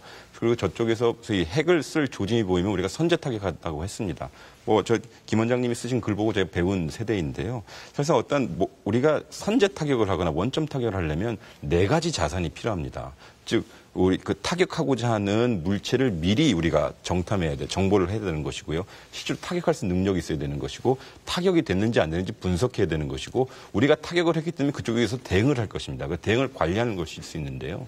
이것이 사실상 킬체이라는 우리 대북 선제 타격, 이 한국형 미사일 방어 체계, 그 다음에 공군의 능력을 통해서 한다고 했는데, 따지고 보면 실질적으로 우리가 지금 가지고 있는 군사 자산이라는 것이 없어요. 말씀하셨듯이 지금 우리 미국의 눈을 빌려서 하려고 하는 것이고요. 그렇기 때문에 작년에 북한이 미사일을 쏜다 안 쏜다, 장거리 로켓을 쏜다 안 쏜다, 우리 사실상 정보 실패했거든요. 그런 면에서 보면 물론 우리가 미국에 비해서 상당히 전력이 약한 건 사실입니다. 그리고 이 상태를 좀 한미 연합사가 존속을 하면요, 현 상태로 되면 사실상 우리 보수 쪽에서 말씀하시는 국격에 맞지 않습니다. 예를 들어서요, 대한민국은 미국과 60년의 동맹을 가지고 있고 한미 FTA를 하고 있고요. 또 미국이 양자로 맺고 있는 FTA 중 우리가 가장 잘 사는 나라입니다. 그리고 군사적으로 우리가 많이 공헌하고 있고요. 근데 지금 한미 연합사 사령관이라는 분이 주한 미8군 사령관입니다. 근데 태평양 사령부 소속입니다. 만약에 한국과 미국이 동등한 군사 동맹이라면 대한민국 국방부 장관하고 저쪽 국방부 장관하고 전략, 작전에 대해서 이야기할 수 있어야 되는데 지금 우리는 여기 예하부대, 부대장하고 이야기해야 되는 상황입니다. 그러면 실질적으로 제도적으로 우리 양국의 수장이 이야기하는 것이긴 하지만 현실적으로는 우리 국방부 장관하고요. 여기 주한미군 사령관하고 작전 이야기해야 됩니다. 김태형 원장님께서 정확하게 말씀하셨어요. 작전 통제권이라고 하는 것은 전시하고 평시랑 사실상 구분되면 안 되는 것이거든요. 노태우 정부 때 우리 작전 통제권 환수하려고 했었습니다만 여러 안보적 요소로 전시와 평시를 억지로 나눈 것뿐입니다. 즉 말하자면 정상화하자는 것이고요. 두 번째로 지금 동맹의 그늘 속으로 깊숙이 계속 들어가게 되면 북한에 보내는 메시지는 종이호랑이 메시지예요. 선제 타격해야 됩니다. 만약에 그쪽에서 우리가 도발 조짐 보이면. 근데 우리가 해야 돼요. 우리가 해야 되는 것이고 정치적 책임을 우리가 부과한 우리 대통령이 명령할 수 있어야 됩니다. 연평 때 우리가 40여 분간 폭격 맞았어요. 어떻게 대응했습니까? 근본적으로 우리가 누가 작전 지휘권, 그다음에 지휘권을 누가 행사할 수 있는지 지금 합참하고 국방부하고 청와대가 계속 갑론을박했거든요. 그래서 모든 사태가 끝나고 나서 주한미 8군 사령관이 성명서 냈습니다. 유사시에는 대한민국 정부가 대응할 수 있는 자위권을 발동할 수 있다고. 우리는 한 번도 스스로 자위권을 발동해본 경험이 없었기 때문에 이제는 정상화하자는 측면에서 15년도에 봤고요. 그래야 대한민국 군도 자주적으로 할 수 있는 뿐만 아니라 합동성이라는 이름으로 해군과 공군도 동반 성장할 수 있는 것입니다. 근데 저는 이거 개인적으로 좀 궁금해서 여쭤보는 건데 앞서서 전제는 그렇게 말씀하셨어요. 그 원점 타격 정도의 타격을 할 수 있으려면은 4가지 정도의 자산을 갖추고 있어야 하는데 아직 부족하다는 취지의 말씀을 하셨거든요. 그렇다면은 우리 자위권을 우리가 쓰는 것에는 뭐 네 분 다 동의할 것이고 국가 주권의 문제니까 자주국방 다 동의하실 것 같습니다만 15년 이후에 그것이 갑자기 갖춰질 수는 없는 것 아니겠습니까? 바로 이게 악순환인데요. 예. 그래서 이 동맹에 상당히 비대칭적으로 의존하다 보니까 이러이러한 것은 중요한 자산은 미국이 해주겠지라는 우리 사실상 소위 우리의 기대감이 너무 부풀었던 것이죠. 작년하고 재작년에 공군과 해군이 신청했던 예산 주요 무기 산업이 다 날아갔습니다. 공군이 원했던 공대지 미사일 날아갔고요. 공군이 원했던 공중급이 없어졌고요. 그다음에 우리 글로벌 호크와 같이 사실상 대한민국 한반도 상공에 떠서 북한을 24시간 정찰할 수 있는 우리 스스로의 그 정찰 자산 사실상 날아갔거든요. 그 논리에는 미국이 도와줄 것이냐, 미국이 도와줄 것이기 때문에 이러고요. 또 두 번째는 사실상 북한이 도발할 경우에 비접촉 전투라고 하는 우리도 사상자가 줄고 우리가 원하는 데도 타격하고자 하는 공군의 주요 전투기들이 이제 거의 다 이제 올해로 통해서 거의 이제 도태됩니다. 그러면 우리 소위 차기 전투기 사업이라고 하는 FX도 조속히 시행해야 되고 또 동시에 우리 스스로 우리 전투기를 개발하는 사업도 해야 되는데 많이 도태되죠. 알겠습니다. 그렇다면 지금 이제 논의를 조금 더 들어가면 김 원장님께 좀 드리겠습니다만 일단 최 교수님 입장은 전자권은 예정대로 그렇게 되더라도 국방력은 좀 증강시킬 필요가 있다. 그리고 오히려 지금 전자권이 빨리 인수되지 않았기 때문에 우리 국방력 증강에 저해 요소가 있다. 의존도가 있다. 이런 얘기 말씀하신 것 같은데. 사실 국가 자존심으로 따지면 저도 2등가라면 서러워하는 사람이에요. 다 알고 있습니다. 그런데 이건 죽고 사는 문제이기 때문에 저는 현실론을 가지고 얘기를 하는데 제가 몇 가지 궤변을 좀 소개해 보겠습니다. 전자권을 꼭 분리해야 된다고 말씀하시는 분 중에서 미국이 전시작전 통제권을 가진 상태에서 우리는 자주적인 국방 외교를 펼칠 자격이 없다. 이렇게 얘기를 해요. 근데 실제로 제가 중국을 들락거려 보면요. 우리가 미국하고 가까운 동맹일 때 대접을 더 받는가, 미국하고 분리됐을 때 대접을 더 받는가, 이거 직접 가서 한번 실험해 보십시오. 대한민국이 어떤 상황일 때 더 많은 대접을 받는가. 그리고 또 어떤 사람이 이렇게 얘기를 해요. 미군이 연합사가 서울에 버티고 있으니까 서울이 북한 미사일의 타켓이 되는 것이다. 중국 미사일의 타켓이 되는 것이다. 이게 궤변입니다. 여러분들 제네바에 한번 가보십시오. 거기 가면 IAEA 본부가 있는데요. 그 1년에 임대료를 $1 받고 빌려주고 있습니다. 제가 오스트리아 사람이 물어봤어요. 왜 이렇게 하느냐 하니까 IAEA 본부가 여기에 있다는 얘기는 3개 군단이 이 도시를 지키는 거하고 같다. 이 도시에 누구도 폭탄을 퍼붓지 못한다. 사실 이게 현실로 돌아가면 이런 게 더 설득력 있는 얘기고요. 그다음에 우리가 미국 밑에서 맨날 바지가랑이 붙들고 있으니까 우리 스스로 홀로 쓸 생각을 못하는 거 아니냐. 그거는 체제의 문제가 아니라 우리 리더십의 문제입니다. 우리가 가급적 미국이 가지고 있는 능력을 활용하면서 우리를 안전하게 지키면서도 이 사람들이 내일이라도 떠날 수 있기 때문에 우리가 자주 홀로 서게 할 수 있는 준비를 열심히 해야 한다. 이걸 안 하고 지금까지 안 해온 거는 우리의 결정의 잘못이고 우리 리더십의 문제이지 그 체제의 문제는 아닙니다. 전자권 체제를 시비할 이유는 없는 거거든요. 사실 이런 현실을 우리가 감안을 해야 되고요. 제가 이제 결론적으로 뭐 깊은 얘기할 시간은 안 되는 것 같습니다. 어차피 저도 우리 정부가 합의를 한 사안이 2015년이고 이것이 돌아올 수 없는 다리를 걷는 것이다 하면 그 합의를 존중해야 되겠죠. 그래서 제가 뭐 합의를 깨자 이렇게 주장하고 싶지는 않습니다. 그러나 가능하다면 연기를 더 하는 게 좋겠고 연기가 안 돼서 준수를 해야 되는 것 같으면 가급적 전자권 분리 이후에도 대북 억제에 차질이 생기지 않도록 후속 조치에 만전을 기하자 이런 말씀 꼭 드리고 싶습니다. 우리 김태 원장님 우리 국가를 사랑하고 대한민국의 자존심에 대해서 그 누구보다 다 잘 알고 있습니다. 근데 지금 원장님 말씀하신 책까지 좀 논리적인 좀 모순이 있는데요. 몇 가지 궤변이라고 이제 전시작전권 그 분리주의자들 설명하는데 그 분리주의자 궤변한 사람이 둘은 아니겠죠? 조금 구분해 주시고요. 그 궤변 중에 하나 예를 들었던 게 우리가 한미동맹을 갖고 있어야만 중국과 대접을 받는다. 지금 우리가 전시작전권을 다시 전환하자는 문제가 한미동맹을 깨자는 이야기가 아니지 않습니까? 그건 논리적으로 좀 비약시킨 거라고 생각합니다. 아닙니다. 한미동맹 약화됩니다. 그러니까 그것은 아니죠. 자동 개입 한미동맹이라는 것은 약화됩니다. 상호방위조약에서 보장받고 있습니다. 그러니까 그것을 우리가 한미연합사를 만들어서 주한미군에게 전시작전 통제권을 줘야만 한미동맹이 작동되는 건 아니죠. 그러니까 한미동맹이 있어야만 중국에 대접받는다는 것은 전시작전권을 전환하고도 얼마든지 할 수 있는 부분이라 생각이 들고요. 용산이나 우리 또 평택에 미군 기지가 있으니까 오히려 더 안전하다. 그래서 우리 미군 기지 안 올리고 있지 않습니까? 평택이 우리가 더 잘 지어주고 있고 주한미군 철수 주장하지 않습니다. 우리 그런 말씀이 좌파가 아니거든요. 그러니까 그건 조금 논리적인 비약이 좀 심하다 말씀이 드리고 한 말씀만 드리면 자존심이 중요한 게 아니고 국가의 존망에 걸린 문제이기 때문에 전쟁 상황은 현실이다라는 말씀하셨는데 진짜 맞는 말씀이십니다. 근데 국가의 존망이라는 이야기가 전시작전권을 미국이 갖고 있으면 우리가 전쟁 나면 반드시 승리할 수 있고 전시작전권을 우리가 갖고 있으면 반드시 망한다. 이것도 굉장히 의존적인 사고라고 생각합니다. 아까 말씀하신 리더십이 문제지 전시작전권 지휘 체계가 문제가 아니다. 옳으신 말씀입니다. 그 리더십을 갖고 있는 합참의장이나 국방장관이나 참모총장이 왜 그런 생각을 하게 됩니까? 바로 그 전시작전권을 가져가서 돌려줘서는 안 된다는 그 의존적인 생각을 계속 뿌리박혀 있기 때문에 아까 그런 의존적인 리더십이 나오는 최 교수님 말씀하셨잖아요. 네. 제가 해군, 공군, 해병대, 육군 이 군구조 개혁을 1년 동안 담당했던 사람입니다. 알고 있습니다. 북한의 그 도발 의지를 꺾고 억제하기 위해서 공군에서 신무기들이 필요하고 해군에서 필요하고 해병대 사단이 늘어나야 하고 또 육군도 특수부대가 늘어나야 되고 사실 우리가 해야 될 일이 많습니다. 그런데 문제는 누가 돈을 줍니까? 우리 국방 예산 그거 다 할 만큼 돌아갑니까? 사실 현실에서는 국방 예산보다 복지 예산이 3배가 더 많고 국방 예산은 GDP의 2.4% 아닙니까? 전 세계 평균이 3%가 넘는데요. 그런데 우리 이 나라에서 국방 예산 더 늘리달라고 그러면 그날로부터 수구 보수로 몰리지 않습니까? 사실 현실에서는 그걸 뒷감당할 수 있는 아무런 재정적 지원이 안 되는 상황이거든요. 이런 상황에서는 가급적 작은 돈으로 더 안전하게 지켜가는 것이 좋겠다. 제 말씀은 그런 말씀입니다. 예, 저도 뭐 동의하는데요. 뭐 그 부분에 대해 동의하는데 저기 한 가지 저는 원장님 말씀 중에 자존심 문제인데요. 사실 국가는 자존심 없어야 됩니다. 국가는 국익만 있으면 되거든요. 대한민국 경제 발전할 때 자존심 차려가지고요. 우리 독일에다가 대학 나온 그 당시에 엘리트들 광부를 보냈습니까? 우리가 자존심 있어가지고 우리가 70년대, 80년대 열사의 땅으로 우리 노동자들 보냈습니까? 딱 국익, 경제 발전이라는 이익을 해서 보냈거든요.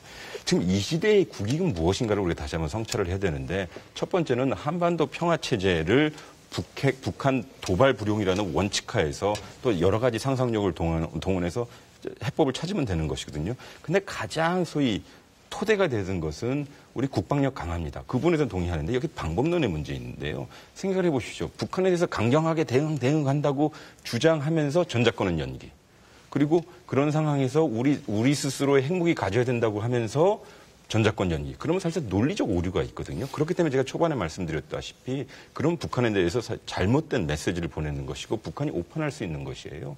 실질적으로 북한이 가장 두려워하는 상대는 미국이지만 그 뒤에 있어서는 안 되는 것이거든요. 우리 같이 어깨를 나란히 하고 대한민국 군인들이 대한민국 국민이 선출한 대통령의 직접적 명령을 받고 그래서 우리가 그럴 때마다 자의적이고 실천적 대북 억제가 가능한 것이고요. 마지막에 우린 이렇게 얘기하더라도요. 미국의 정책 선택이 가장 중요한 것이거든요. 근본적으로 미국 사람들의 입장에서 보면 우리가 계속 미국을 연루시키려고 하는 거거든요. 지금 말씀드렸다시피 지금 미국 국방비가 제일 먼저 날아갔습니다. 이번에 자동 예산 삭감이라고 해가지고 삭감 부분의 반이 날아갔거든요. 올해만 하더라도요. 그럼 10년 동안 계속 날아갑니다. 그러면 문제는 우리가 전작권 연기라는 것을 먼저 화두를 꺼낼 땐 동맹의 비용을 상당히 많이 지출해야 됩니다. 초반에 얘기했던 주둔군 그 비용 방위부 분담군도 있고 그 다음에 우리 미국에서 계속 경로 의존이 있어서 무기 사와야 되는 부분이 있고 계속 미국의 무기만 하다 보면 대한민국 방산업체 죽습니다. 우리 대통령께서 지금 주장하는 것이 무엇입니까? 신뢰 프로세스라는 한 축이 있고 국내에서는 행복시대에서 중소기업 그다음에 하이테크 산업 육성하겠다는 것이거든요. 항공산업 같은 것이 거기 종합선물 세트입니다. 지금 대한민국 항공업계에서 하고 싶은 게 딱 하나예요. 우리 T-50 만들었으니 한국형 전투기 만들자 이거거든요. 근데 가장 반대하는 세력이 미국이에요. 그러면 이거 다 결국은 전작권 환수하게 되면 잘못 알고 있습니다. 동맹의 비용이 상당히 강하게 지출되는 것이죠. 공군에서는요. 비행기를 하이, 미들, 로우를 나눠서 운영하거든요. 그렇죠. 그러니까 예를 들어서 뭐 아주 큰 작전을 할 때는 아주 고가의 첨단 항공기를 쓰는 것이고요. 뭐 간첩 작전이나 조그만 작전은 미들로를 쓰는데 우리는 미드를 고가의 장비, 고가의 전투기를 미국이나 유럽하고 비슷하게 만들어서 경쟁력을 가질 수가 없습니다. 아니, 그래서 정확하신 사실 우리는 말씀인데요. 미드를 미국 반대하지 못합니다. KF-X 사업이라고 하는 것도 우리 스스로 한국형 전투기 만들 것인데 네. 절대 하이급을 원하지 않거든요. 미들급을 원하신다. 분명히 잘 아시겠지만 개조식과 개발식이 있습니다. 우리 스스로 만들겠다는 것이고요. 그리고 우리 항공업계 원하는 것이고요. 개조식 하자는 것은 저기 미국 업체들이 자기네 동체 가져와서 개조하라는 것이거든요. 그러면 결국은 우리 동맹 속으로 깊숙이 계속 이렇게 들어가 보면 자생적이고 실천적 대북 억제는 좀 불가능하지 않을까 싶어요. 항공기 그 부분은요. 네. 돈을 얼마 들여서 얼마를 만드느냐, 경쟁력 있는 항공기를 만드느냐에서 기업적인 선택이지 동맹을 이용한 미국의 압력이나 이런 거하고 전혀 무관합니다. 저는 죄송합니다. 동의하지 않는데요. 왜냐하면 항공기 업계만 굳이 이야기하는 이유는 30년, 40년 전이에요. 박정희 대통령 시절 때 강력하게 중공업 육성했습니다. 그 당시 무모하게 보였어요. 근데 그거 지금 우리가 그 경제적 이익을 받고 있거든요. 반도체 산업도 마찬가지죠.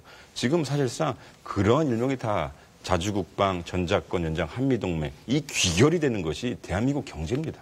그렇기 때문에 그런 측면에서 말씀드립니다. 근데 앞서 그 김 원장님께서는 그런 의미에서 이 국방비 증액이라든가 예산 증액을 이야기하면은 뭐 수구로 몰린다는 지적도 좀 잠깐 하셨거든요. 예. 그러니까 사실은 보수 진영이 동반되게 국방비 예산 증액하면서 전시작전권은 가져와야 된다고 말을 하는 게 앞뒤가 맞는 거죠. 제가 그런 면에서 사리적으로 안 맞는다 생각이. 국방비 증액이 안 된다니까요. 아니 하자고 해야지 보수 진영이. 지금 이 말씀은 뭐 저 닭이 먼저냐 달걀이 먼저냐 좀 이런 얘기도 좀 되는 것 같은데요. 네, 박 교수님 말씀 좀 듣겠습니다. 논리적 일관성을 따지는 문제는 아닌 것 같습니다. 예. 그냥 중요한 메시지는 국익 뭐 얘기하셨으니까. 차질 확보하고 있는 미국의 군사 자원을 얼마나 어떤 방법으로 우리가 효율적으로 사용하느냐 그 문제인 것 같습니다. 그런데 이제 분명한 거는 우리 그 우스갯소리로 대한민국에 5천만 명의 그 북한 문제 전문가와 교육 전문가가 있다고 이렇게 얘기를 하는데요. 전작권 문제도 다양한 의견이 있을 수 있죠. 근데 이거는 굉장히 뭐 군 통수와 관련된 대통령 고유 권한이고 그러다 보니까 조금 정부의 공식적인 입장을 지켜봐야 되고요. 다만 분명한 거는 김 원장님 말씀하셨던 것처럼 전제를 뭘 설정할 것인가는 정책적 결과를 뭘 택할 것인가 연결되기 때문에 굉장히 중요한 문제인데 어쨌든 다 아시다시피 전 세계 국제사회가 공인한 핵보유 국가 8개 국가이거든요. 5개 국가는 유엔 안전보상이사회의 상임이사국들이고요. 인도, 파키스탄, 이스라엘인데 북한을 인정한다면 9번째 국가가 되는 거고요. 북한이 가지고 있는 가장 큰 그 독특한 점은 인도, 파키스탄, 이스라엘은 NPT에 가입하지 않은 국가이고 북한은 NPT에 가입한 국가이기 때문에 북한을 인정하는 것은 NPT라는 굉장히 보편적인 국제적 가치가 붕괴된다는 차원에서 이제 우리가 어떻게 하기에 따라서 북핵 문제가 해결될 거라고 생각하시는 분들도 계시고 하지만 우리랑 무관하게 북한에다 그냥 갈 거라고 생각하시는 분도 계시고 분명한 거는 3차 핵실험 이후에 최근 1년의 상황들이 우리가 노력하기에 따라서 북한 문제는 해결될 거라는 생각하시는 분이 점점 줄어들고 굉장히 그 회의론이 많기 있기 때문에 그와 관련된 정책적 대응도 연동돼야 된다는 차원에서 정부가 최근에 조금 종합적인 신중론을 제기하고 있는 것 같습니다. 네. 그렇게 보시는군요. 저희가 이제, 쭉 한미 정상회담에서 논의될 의제들을 과제 내용과 함께 전망까지 좀 해봤습니다만 이제 막바지에 접어들었습니다. 근데 하나는 좀 짚고 넘어가야 될 것 같습니다. 이게 네 분께 좀 시간이 어떨런지 모르겠습니다만 이 한미 정상회담에만 국한시키지 않고 한국과 미국의 시각으로 봐야 될 것 같은데 최근 이 미국의 어떤 입장이라는 것은 그 동북아 전략. 아까 박 교수님께서 잠시 지적을 해주셨습니다만 이 아시아 리밸런싱 시각에서 좀 이렇게 바라보는 부분이 있는 것 같고 우리나라는 미국과 관련된 한미 공조 부분은 역시 그 한미 동맹 기조에서 좀 바라보고 있는데 이 두 축이 좀 부딪히는 부분도 있지 않을까 싶습니다. 이게 두 축이 부딪힌다라는 얘기가 사실은 이번 그 한미 정상회담에서 이슈가 무엇이든 좀 이렇게 뭔가 대립각이 세워질 수도 있다. 뭐 대립각이라면 좀 심한 얘기입니다만 이견이 나올 수 있는 부분이 아닌가 싶은데 이런 시각차가 이 정상회담에서 가져올 부분은 어떻게 보시는지 한번 듣고 싶습니다. 먼저 김 교수님께 드리겠습니다. 그 중요한 지적이십니다. 예. 그 미국과 중국 사이의 이 동아시아에서의 이른바 신경전이라고 할까요? 이게 지금 최근 연간에 상당히 강화되고 있어서 박 교수 말씀하신 리밸런싱이라는 게 2012년 1월에 이제 국방부 신전략 지침 나오면서 오바마 행정부가 아시아로의 귀환을 선언하고 이제 중국에 대한 재견제, 재균형을 지금 한다는 거거든요. 한마디로 봉쇄를 강화한다는 이야기입니다. 그 과정에서 이제 그렇기 때문에 한미동맹 또 미일동맹이 굉장히 중요시 되는 것이죠. 작년에 이명박 정부의 임기 말에 터져나왔던 이 한일 정보보호협정이라는 것도 사실 그런 맥락에서 미국의 권유가 있었던 걸로 알려지고 있고요. 그러니까 사실은 미국의 동아시아 전략은 큰 틀에서 미국이 중국을 어떻게 견제할 수 있는가에 한국이 필요하다는 거, 일본이 필요하다는 것이 더 큰 선차적 정책 과제라고 본다면 우리는 좀 다르죠. 우리는 그런 미국과 중국의 세력 다툼에 끼어들어가는 건 우리한테 국익에 절대 도움이 되지 않습니다. 우리는 거기서 지혜로운 정말 교활할 정도 지혜로운 외교적 수완을 발휘해야 되는데 우리는 그런 맥락이 아니라 오히려 한미동맹이라는 것은 북한의 위협으로부터 한미동맹의 틀과 힘을 가지고 어떻게 막아낼 것인가. 그리고 북한 핵 문제를 한미동맹의 자산을 가지고 어떻게 잘 해결할 것인가라는데 우리는 국한되어 있는 거거든요. 그런 맥락에서 보면 한미동맹을 미국이 보는 동북아 차원에서 대전략은 우리가 좀 껄끄러운 면이 있고요. 우리가 한미동맹을 통해서 북한에 대해서 억지력을 강화하고 안보를 강화하는 건 미국으로서는 또 최근에 와서는 국방에서 삭감 등등해서 귀찮은 부분이 좀 있습니다. 그런 아주 묘한 절충점이 찾기 힘든 부분이 있어서 이번에 한미정상회담에서 그런 부분에 대한 어떤 이슈가 또 나올지 아니면 합의점이 나올지는 모르겠습니다만 이건 좀 큰 대전략 하에서 지금 논의가 돼야 될 부분이고 이번 한미정상회담에서 이게 구체적 이슈화 돼서 나올 건 아니라고 봅니다. 다만 이슈의 아젠다가 다른 거죠. 아까 박 교수님 말씀하신 것처럼 백악관에서 말하는 아젠다에는 리밸런싱이 들어가 있는 거죠. 그러나 우리는 그게 아젠다가 아니죠. 우리는 오히려 원자력 협정, 전작권 이게 오히려 아젠다고 북핵 문제가 아닌지 입장차는 분명히 존재하는 그걸 할 수가 없는 거고요. 아니요, 두 가지 측면이 다 있습니다. 네. 지금 말씀하신 부분과 관련해서는 리밸런싱이라는 차원에서는 그렇게 볼 수도 있고요. 그러니까 한국적 국가 이익과 미국적 국가 이익이 충돌하는 부분도 있고요. 한국적 국가 이익과 미국적 국가 이익이 굉장히 조화를 이루는 부분도 있습니다. 그러니까 아시아 중시 정책이 천명되고 아시아에 대한 전략적 중요성이 증가하면 증가할수록 한국이라는 동맹 파트너는 굉장히 중요한 외교 자산이죠. 미국의 관점에서도. 그런 차원에서 보면 우리가 그런 미국의 정책적 기조 변화를 전략적으로 활용해야 된다는 차원에서는 아주 유익하고 아주 좋은 그런 외교 환경이고요. 그걸 우리 대통령께서 이용하셔야 될 것 같고. 또 하나는 한국이 가지고 있는 유일한 동맹 파트너는 미국이고요.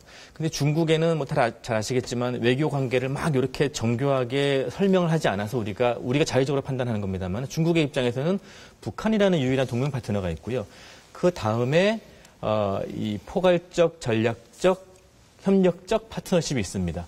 그 다음에 포괄적이 빠지고 전략적, 협력적 파트너십이 있는데 우리가 거기에 해당합니다. 거기에 해당하는 국가들이 호주라든지 러시아라든지 최근에 인도라든지 한 6, 7국가가 되는데 굉장히 중국의 입장에서는 중요한 국가이고 그렇게 보면 대한민국은 아마 세계에서 거의 몇 안 되는 미국을 동맹 파트너로 가지고 있으면서도 중국을 전략적, 협력적 관계라는 틀에 묶여있는 굉장히 힘든 그런 외교적 환경이죠. 그런 차원에서는 리밸런싱이 우리에게 어려움을 주기도 한다는 걸 지적하고 싶고요. 아까 비유 잘 하셨어요. 그러니까 얼굴은 애기인데 몸은 코끼리라는 나라처럼 이렇게 한국이 부딪힐 수 있지만 우리가 만약에 국경을 캐나다나 미국이랑 접하고 있다면 그렇게 보셔도 되는데 우리는 이 세계 유례가 없는 이 전략적 복잡한 요충지에 있는 국가이기 때문에 저는 굉장히 건강하고 정상적인 크기의 나라라고 봅니다. 그런 차원에서 보면은 리밸런싱 때문에 인터레스트가 미국이 한국이라는 자산을 더 꽉 잡아야 되겠다는 점은 활용하면서 우리 대통령이 처음에 이제 밝히셨던 것처럼 집권하시자마자 밝히셨던 것처럼 한미관계와 한중관계는 이분법적 접근이 안 된다. 한미관계와 한중관계는 차별적인 국가이익 추구가 가능하다. 분절적으로 접근하자는 천명을 분명히 하셨기 때문에 저는 분명히 그 이익을 극대화할 수 있는 부분이 크다고 봅니다. 아시아 리밸런싱이 반드시 충돌보다는 우리가 어떻게 하느냐에 따라서 그렇죠. 굉장히 이익을 얻을 수도 있다. 박 교수님께서 굉장히 정확하게 말씀하신 것 같은데 제가 조금 더 쉽게 다시 한번 풀어보고 싶습니다. 아마 시청자들이 좀 알아듣는데 애로사항이 있지 않나 생각이 드는데. 입장 차이가 되겠습니다만. 예. 사실 말이죠. 아이한테 엄마가 좋으냐 아빠가 좋으냐 물으면요. 아이는 정치적으로 답합니다. 엄마도 좋고 아빠도 좋아 이렇게 답합니다. 사실 대한민국이 지정학적 위치를 보면요. 한미동맹이라고 하는 전통적인 이 관계는 우리한테는 보험입니다. 보험. 예. 아까 전작권 이런 얘기 많이 했지만 이게 미국에 의존한다 한다 이렇게 보실 필요가 없다 이거죠. 이거 한미동맹과 전작권 문제 이런 것들을 다 우리가 생존하는데 필요한 보험이다 이렇게 생각하면 되는 건데 근데 여전히 우리는 전통적인 관계를 더 중시할 수밖에 없는 이런 역사 속에서 살아왔습니다. 그런데 중국이라고 하는 나라가 최근 들어서 굉장히 중요해졌고 우리 경제, 우리 무역의 4분의 1을 중국이 차지하고 작년 한 해에 뭐 700만 명의 인적 교환이 있었고요. 교류가 있었고 양국이 서로 교환하고 있는 유학생 숫자가 12만 명이라고 그럽니다. 그러니까 어마어마한 관계에 있는 나라가 또 중국입니다. 지금 박근혜 정부가 사실 이 샌드위치인데요. 미국과 중국 사이에 대한민국이 끼어있는 샌드위치 형상에서 정말 과거보다 더 잘할 수 있는 입지를 가지고 있습니다. 그게 뭐냐면 유일하게 양국으로부터 호감을 받고 있는 대통령이 박근혜 대통령입니다. 그래서 이 양쪽을 정말 분절적으로 차별적으로 잘 활용해야 되는데 미국이 더 중요한가 중국이 더 중요한가라는 이런 수직적 서열적 얘기를 우리가 할 필요는 없다고 생각합니다. 두 나라가 다 중요하다라고 생각하고 이쪽은 전통적으로 중요하고 우리의 생존을 담보하는 그 보험으로서 동맹이 중요하고 앞으로 키워야 하고 중국은 커가는 우리 경제 동반자로서 또 우리 인접국가로서 대한민국 한반도의 운명에 지대한 영향을 미치는 나라이기 때문에 계속해서 가까이 잘 관리해야 된다. 그런데 한 가지 더 중요한 거는 말이죠. 이 결정적인 중은 만약에 우리가 미국과 중국을 잘 활용하는 그런 현명한 외교를 할 수 있기 위해서는 나라 덩치가 더 커져야 됩니다. 우리 덩치가 중국은 크고 대한민국은 지금 경제성장, 저성장에 머물러서 국경 격차가 더 생겨버리면요. 우리는 균형자도 못하고 밸런스도 못하고 아무것도 못하게 됩니다. 대한민국이 고래 싸움에 등 터지는 새우가 아니라 돌고래급으로 성장해야지만 미국도 대한민국이 필요하다. 중국도 대한민국이 필요하다. 이런 상황에서 우리의 현명한 외교가 발휘될 수 있거든요. 그러니까 대한민국 덩치가 더 커져야 합니다. 경제력 없이는 뭐 변수가 될 수 없다. 뭐 이런 말씀이시고요. 예, 뭐 엄마가 좋아 아빠가 좋아 말씀하셨는데요. 사실상 아동 심리학에서 보면 아이가 성장하면서 가장 먼저 거짓말할 때가 엄마가 좋아 아빠가 좋아. 그런가요? 근데 그 질문하는 사람이 참 나쁜 사람이에요. 왜 선택을 강요하냐 이거죠. 예를 들어서 한국 입장에서도 미국을 선택해 중국을 선택해 이거 사실 안 좋은 것이거든요. 가장 중요한 건 아까 말씀드렸다시피 이러한 상황에서 대한민국 국익을 어떻게 확대할 수 있을까 이겁니다. 사실상 미국의 리밸런싱, 재균형이라는 것은요, 근본적으로 너무 중동에 치중되어 있었기 때문에 아시아로 회귀하겠다는 것이거든요. 실질적으로 미국이 한 번도 아시아를 떠난 적은 없었지만 이쪽에 집중하겠다는 것인데요. 근데 그 정책이 나온 이후로 어떤 일이 벌어지고 있냐면 일본이 상당히 도드라지게 세게 나오고 있습니다. 중국에 대해서. 물론 아베 정권이 들어선 이유도 있겠지만 중국에서 강공 정책을 피고 있고 엔저도 사실상 미국이 허용해줘서 지금 우리 대한민국 경제에 많이 영향을 받고 있거든요. 그런 상황에서 보면 우리 박근혜 정부가 처음에 얘기하였듯이 미국은 이러한 상황에서 우리에게 도움이 되는 것이고 중국은 이러한 상황에서 도움이 되는 것입니다. 말씀하셨듯이 한미 교역액이 한중 교역액보다 적습니다. 두 개를 합쳐서. 우리 4분의 1이고요. 즉 우리는 우리의 경제 성장은 중국의 경제 성장 없이 사실상 불가능하게 되었고요. 우리의 안보 역시도 미국의 도움 없이는 불가능하기 때문에 선택을 강요받는 상황을 우리 스스로 연출하기보다는 우리가 선택하는 상황을 우리가 연출하는 것이 좋은가 싶습니다. 알겠습니다. 한 가지만 짚어볼 게 짧게 좀 부탁드리겠습니다. 대통령을 리더십을 연구하는 분들의 얘기를 들어보면은요. 우리 현대 정부 수립, 48년 정부 수립 이후에 이승만 대통령 때부터 한미 정상들 간의 굉장히 독특한 그런 우리 케미칼이라 그러죠. 굉장히 독특한 그런 리더십의 관계가 작용을 하는데, 표면적으로는 다 한미동맹을 중요시하고 미국의 중심적인 정책을 잘 따라죠. 하지만 내면적으로는 굉장히 반미 성향이 강했다는 것이죠. 이승만 대통령이 가지고 있는 독특한 그런 반미 성향. 박정희 대통령도 그런 게 강했죠. 케네디를 만나러 갈 때 일기 쓰신 거 보면 굉장히 그런 게 강했고요.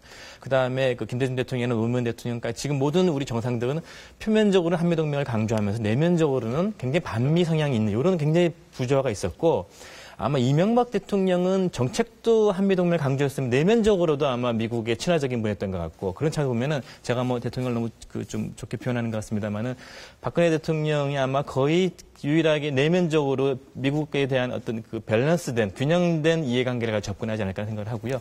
그런 게 분명히 정상회담을 드러날 거라고 봅니다. 어느 쪽으로 치우치거나 반감을 갖거나 표면적인 것이 아니라 밸런스를 유지하고 있다.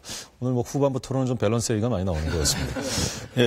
여러분들의 고견을 듣다 보니까 벌써 아쉬운 시간이 다 흘러서요. 이제 아마 이 시각쯤이면 잠시 후에 정상회담이 종료되고 뭔가 선이 나올 것입니다. 특히 올해는 한미동맹이 60주년이기 때문에 그 공동선언이 채택될 거라고 하는데 앞서 그런 말씀하셨었죠. 뭐 국가의 자존심보다는 국익이 우선이다 이런 얘기를 했었는데 양국의 국익이 지금 뭐 접점을 찾게 되겠습니다만 이번 그 한미 정상회담에서 우리가 얻고자 했던 것 또 장기적으로 한 번 더 긴장 완화를 할 수 있는 좋은 회담 성과가 나오기를 기대하면서 오늘 100분 토론 여기서 접도록 해야 되겠습니다. 활발한 토론해 주신 네 분께 감사 말씀드리고요. 늦은 밤 함께해 주신 방송 여러분, 시청자 여러분 고맙습니다. 다음 주에 뵙겠습니다.